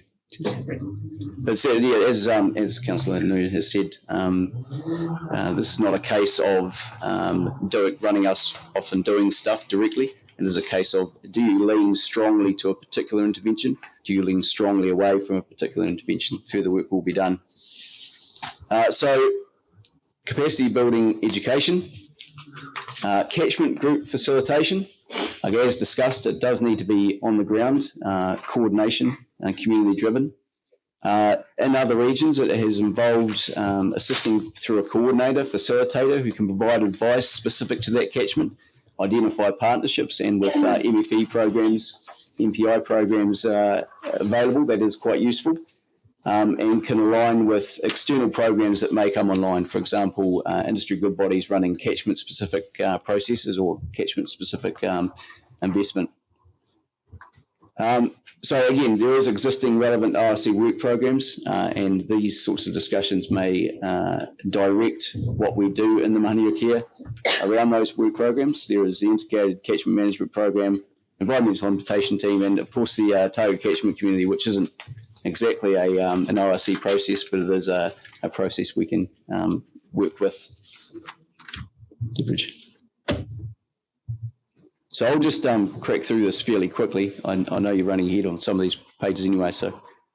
So you're telling us things now that we've all filled them in?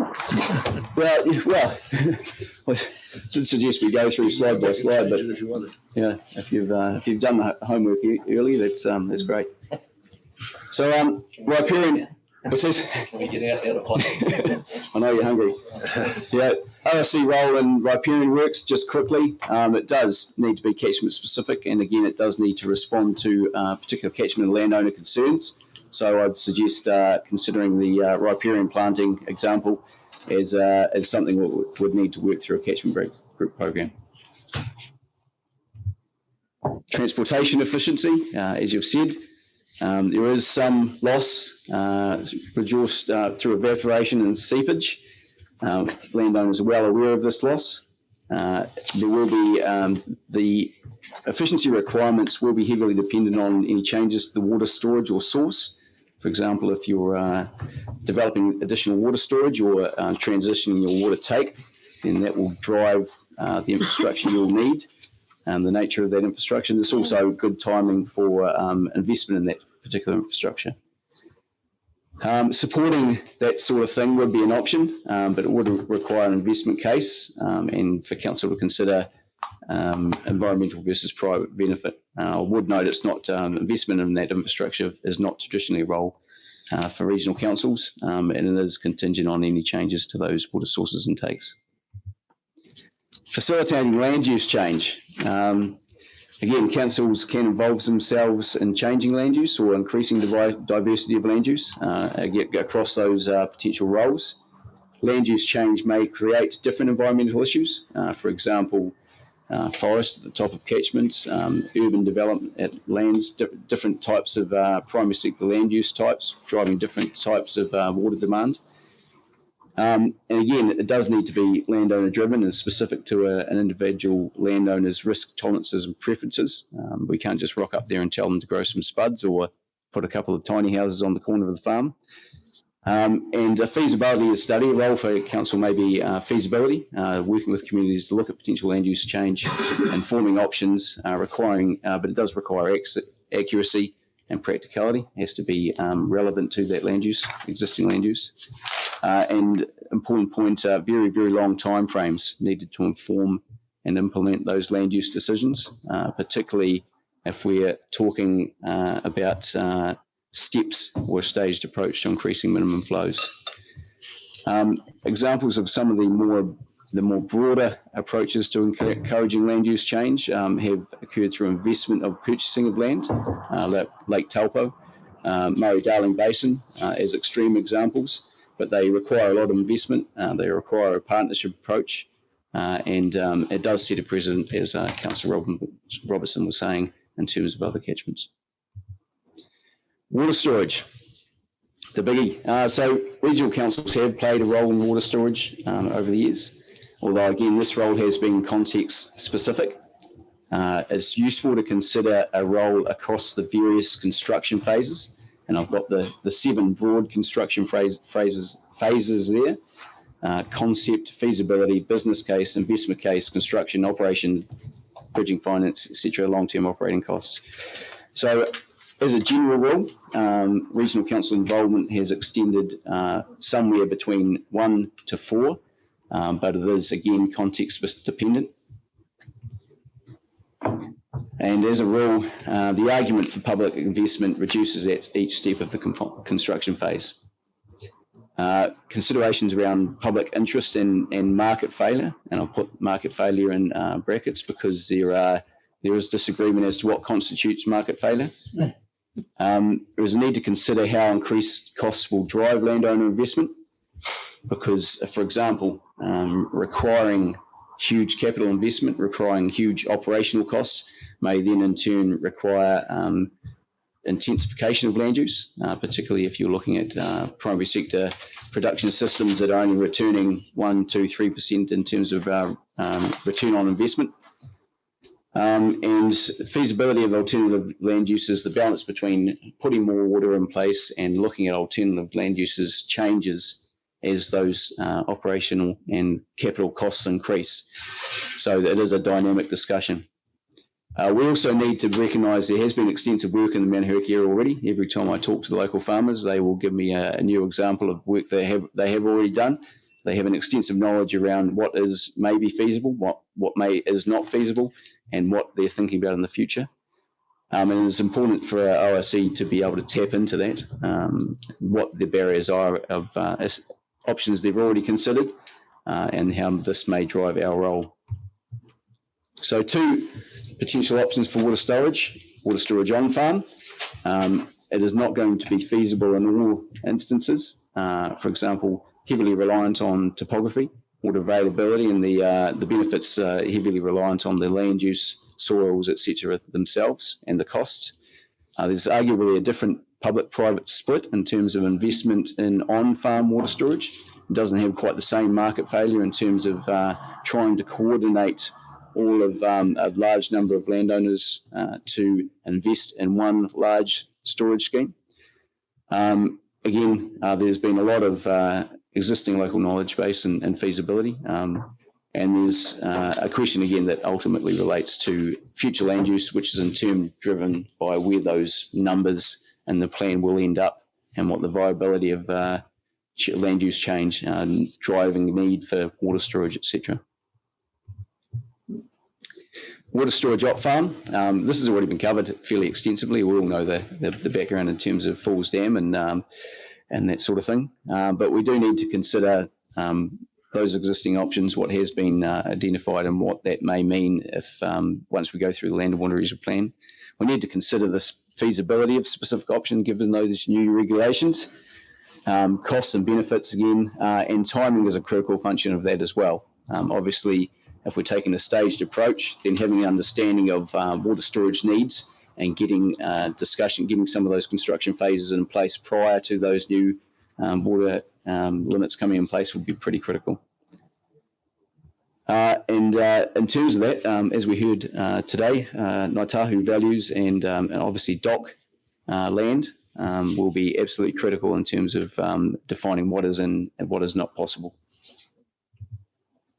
Stage approach, please note this is an example only, and I've used the Swedish rounding system in terms of the numbers.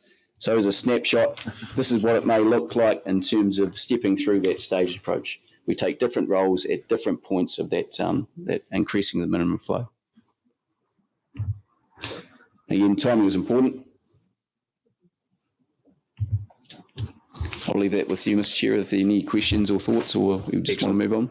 Thank you very much, David. Well done, David. Yeah, no, good stuff. Good stuff.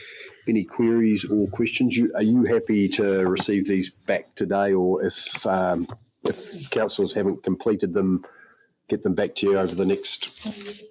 Me, because I'll get someone to type them up. Yep, no, good as gold. Okay, but if there needs someone needs a bit more time, whatever, you're quite happy with that. It takes a day or two to get back to you. No, good as gold. Any queries or questions? No. I've got to get a paper to Sarah by Tuesday. Okay. We'll I need it today. Great. Sorry.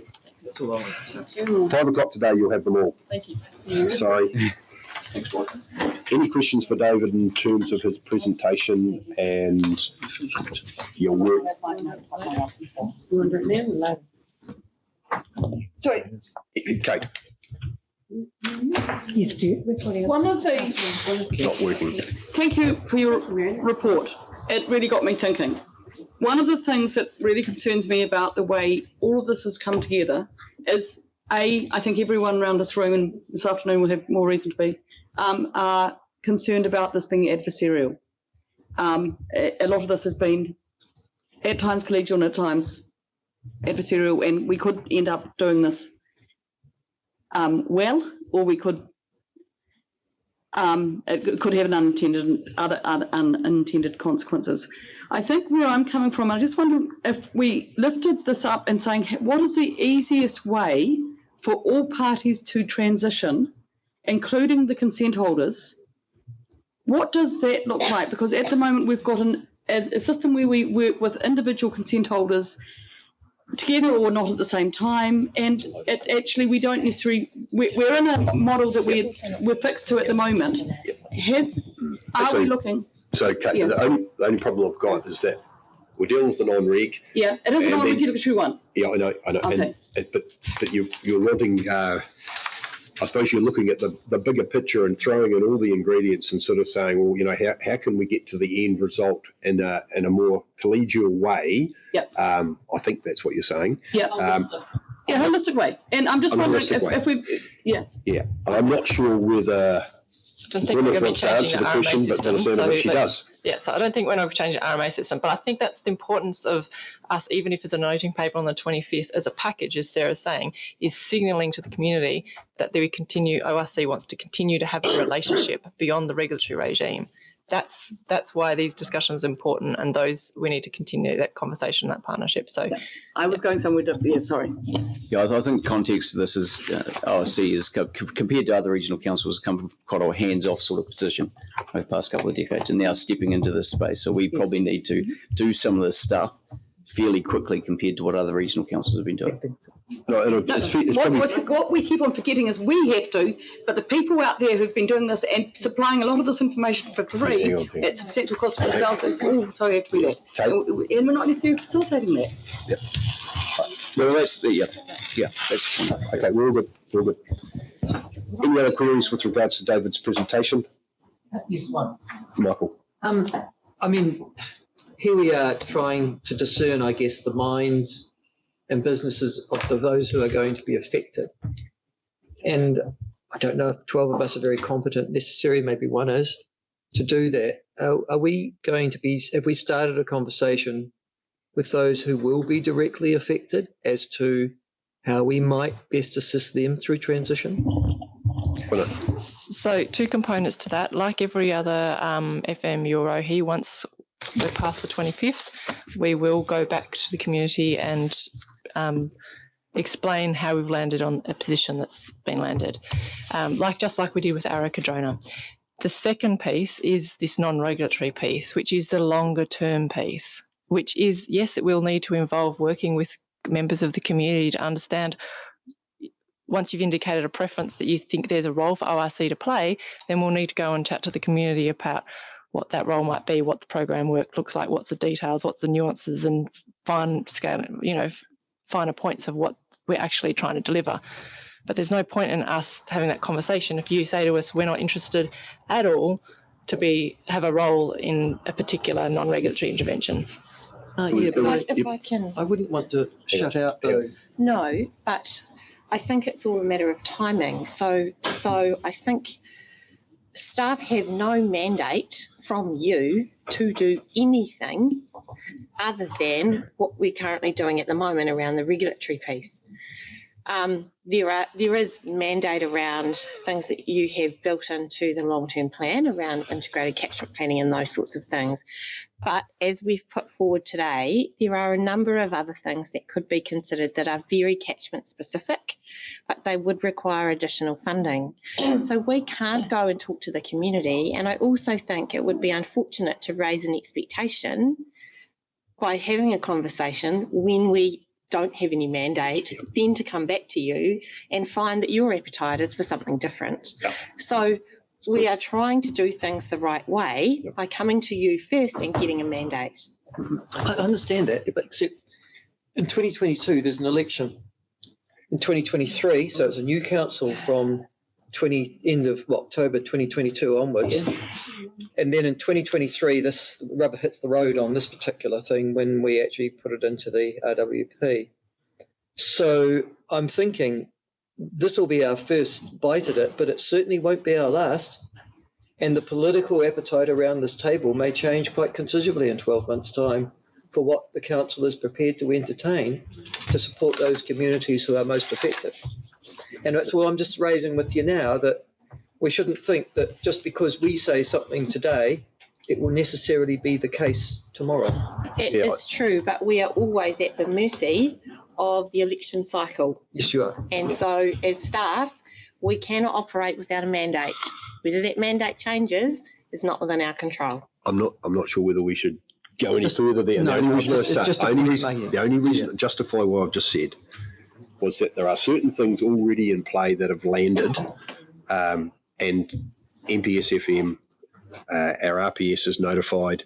It's got freshwater management unit visions in there from the community. These are community aspirations. So there are a number of those bits of the puzzle already in play. Yes, there is an election to come, and yes, we're going into an area, non-regulatory area support, which we don't really know what it looks like, but we will know what it looks like in the fairly near future. And it looks like it's the really important ingredient that we haven't had historically.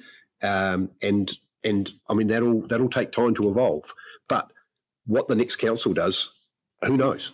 But we've just got to deal with what's in front of us here and now. I understand that. I'm just signalling that whatever we decide today isn't set in stone. No decisions made today. For sure. Brian. Whatever we don't decide today. I just want to say a huge thank you to staff. Yes. And a huge thank you to all our various stakeholders, iwi, amazing. Yeah, I think it's been superb. Well said. And Yeah, well look, chaired, thank you. look, I just want to speak on behalf of everybody around the table, governance and Edward and Lynn. Just want to just reinforce what Brian said. I mean, it's not an easy conversation to have with the stakeholders and everyone involved. It's a difficult, challenging one, but this is the role that we need to play, and we need to take this community from. And I know this has been bubbling away for many years, decade plus or whatever. We've been involved since 2016, mentioned earlier today. So we've got to get them to that end point, and whether we're there with them at the end in their current form or it's a different council or whatever, we've got to give confidence and certainty that we are with them, and we're going to provide the necessary tools for them to ensure that they're in good shape further down the track. And also we want to ensure that the environment's in good shape further down the track. And in fact, if there's degradation, we want to turn that round and enhance where degradation has occurred, for example. So I think that, just thank you to everybody. Thank you for being patient today. And thank you for giving, I think, the very best possible chance for us to absorb all the information in a well, I was going to say well-behaved forum, but that's not a very good term, a tolerant forum. And that's really, really important, because as governors, we must ensure that we have a good handle and understanding on all the information that is coming our way. Sure, on the 25th, it's definitely the 25th, Wednesday, the 25th of August. Yes, we will be noting a minimum flow for the Manuherekia Rohe. Not necessarily, actually, Andrew. Well, the wording will be, we will be noting. We will be considering doing something with the minimum flow. Okay. We're looking forward to the report that'll be in front of us on the 25th of August, and we will consider it and make the appropriate decision at the time. God, I'm going to sound like a politician, sorry. Righto, let's call it quits. We've just used our lunchtime. Can I have one moment? Yes, Kevin. Actually, I've got a confession to make before Kevin speaks. Gwyneth announced early on in this process that the chair asked for the numbers to be put up, the 1,200, etc., at the front end of the introduction. That wasn't my request. The request came from Kevin to me to you. So just to make it clear, that was Kevin's idea, okay? Kevin, you're in your hands. Look, this is, I would hope that an election cycle would not get in the way of making progress for the community affected and for the river that is affected.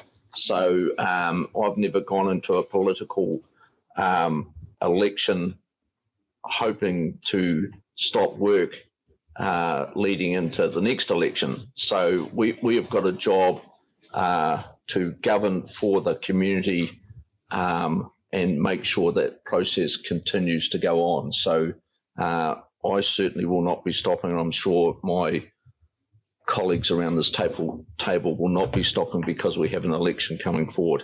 I hope today, my aim today was to get some clarity around how our staff have come to their position.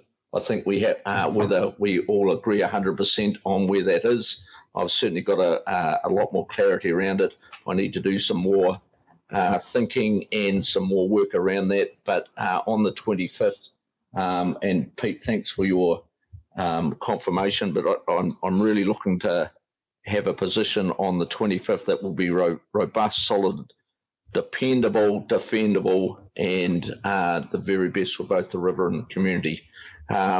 We know, and it was really good from Anita, who said right at the lead, and we said we've got to work on the best information at the time. So we need to ensure that is the best information, and we need to take all practical steps to reduce any uncertainty. So this is our 2-week window to really make sure we do that work. I got dragged in a wee bit late, probably in July, but thanks to the community for putting up with me. Thanks for the talks. I'll order a Pinot Noir next time at the Turihua Hotel instead of a coffee. But there is a lot of work to be done. You've heard some numbers and some thoughts today. We need to keep working as a whole team.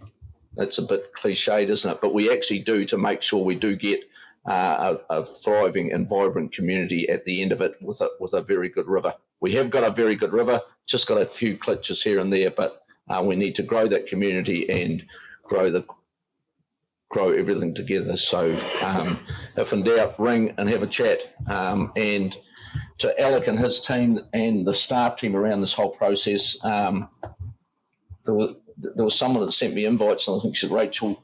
So look, just thanks for the process, and I think we'll learn a lot from that process for the next process we're about to take. It wasn't always perfect, but there was certainly a lot of good effort. So thanks very much for your help. Thanks for your indulgence. Final comment from me. Thanks to the super sub. He came only 6 months ago, and he stepped up to the plate. So thank you, Kevin, for all your work. Okay, we'll stand adjourned, even though it's not an official meeting. It's a workshop, and we'll be back in here to continue.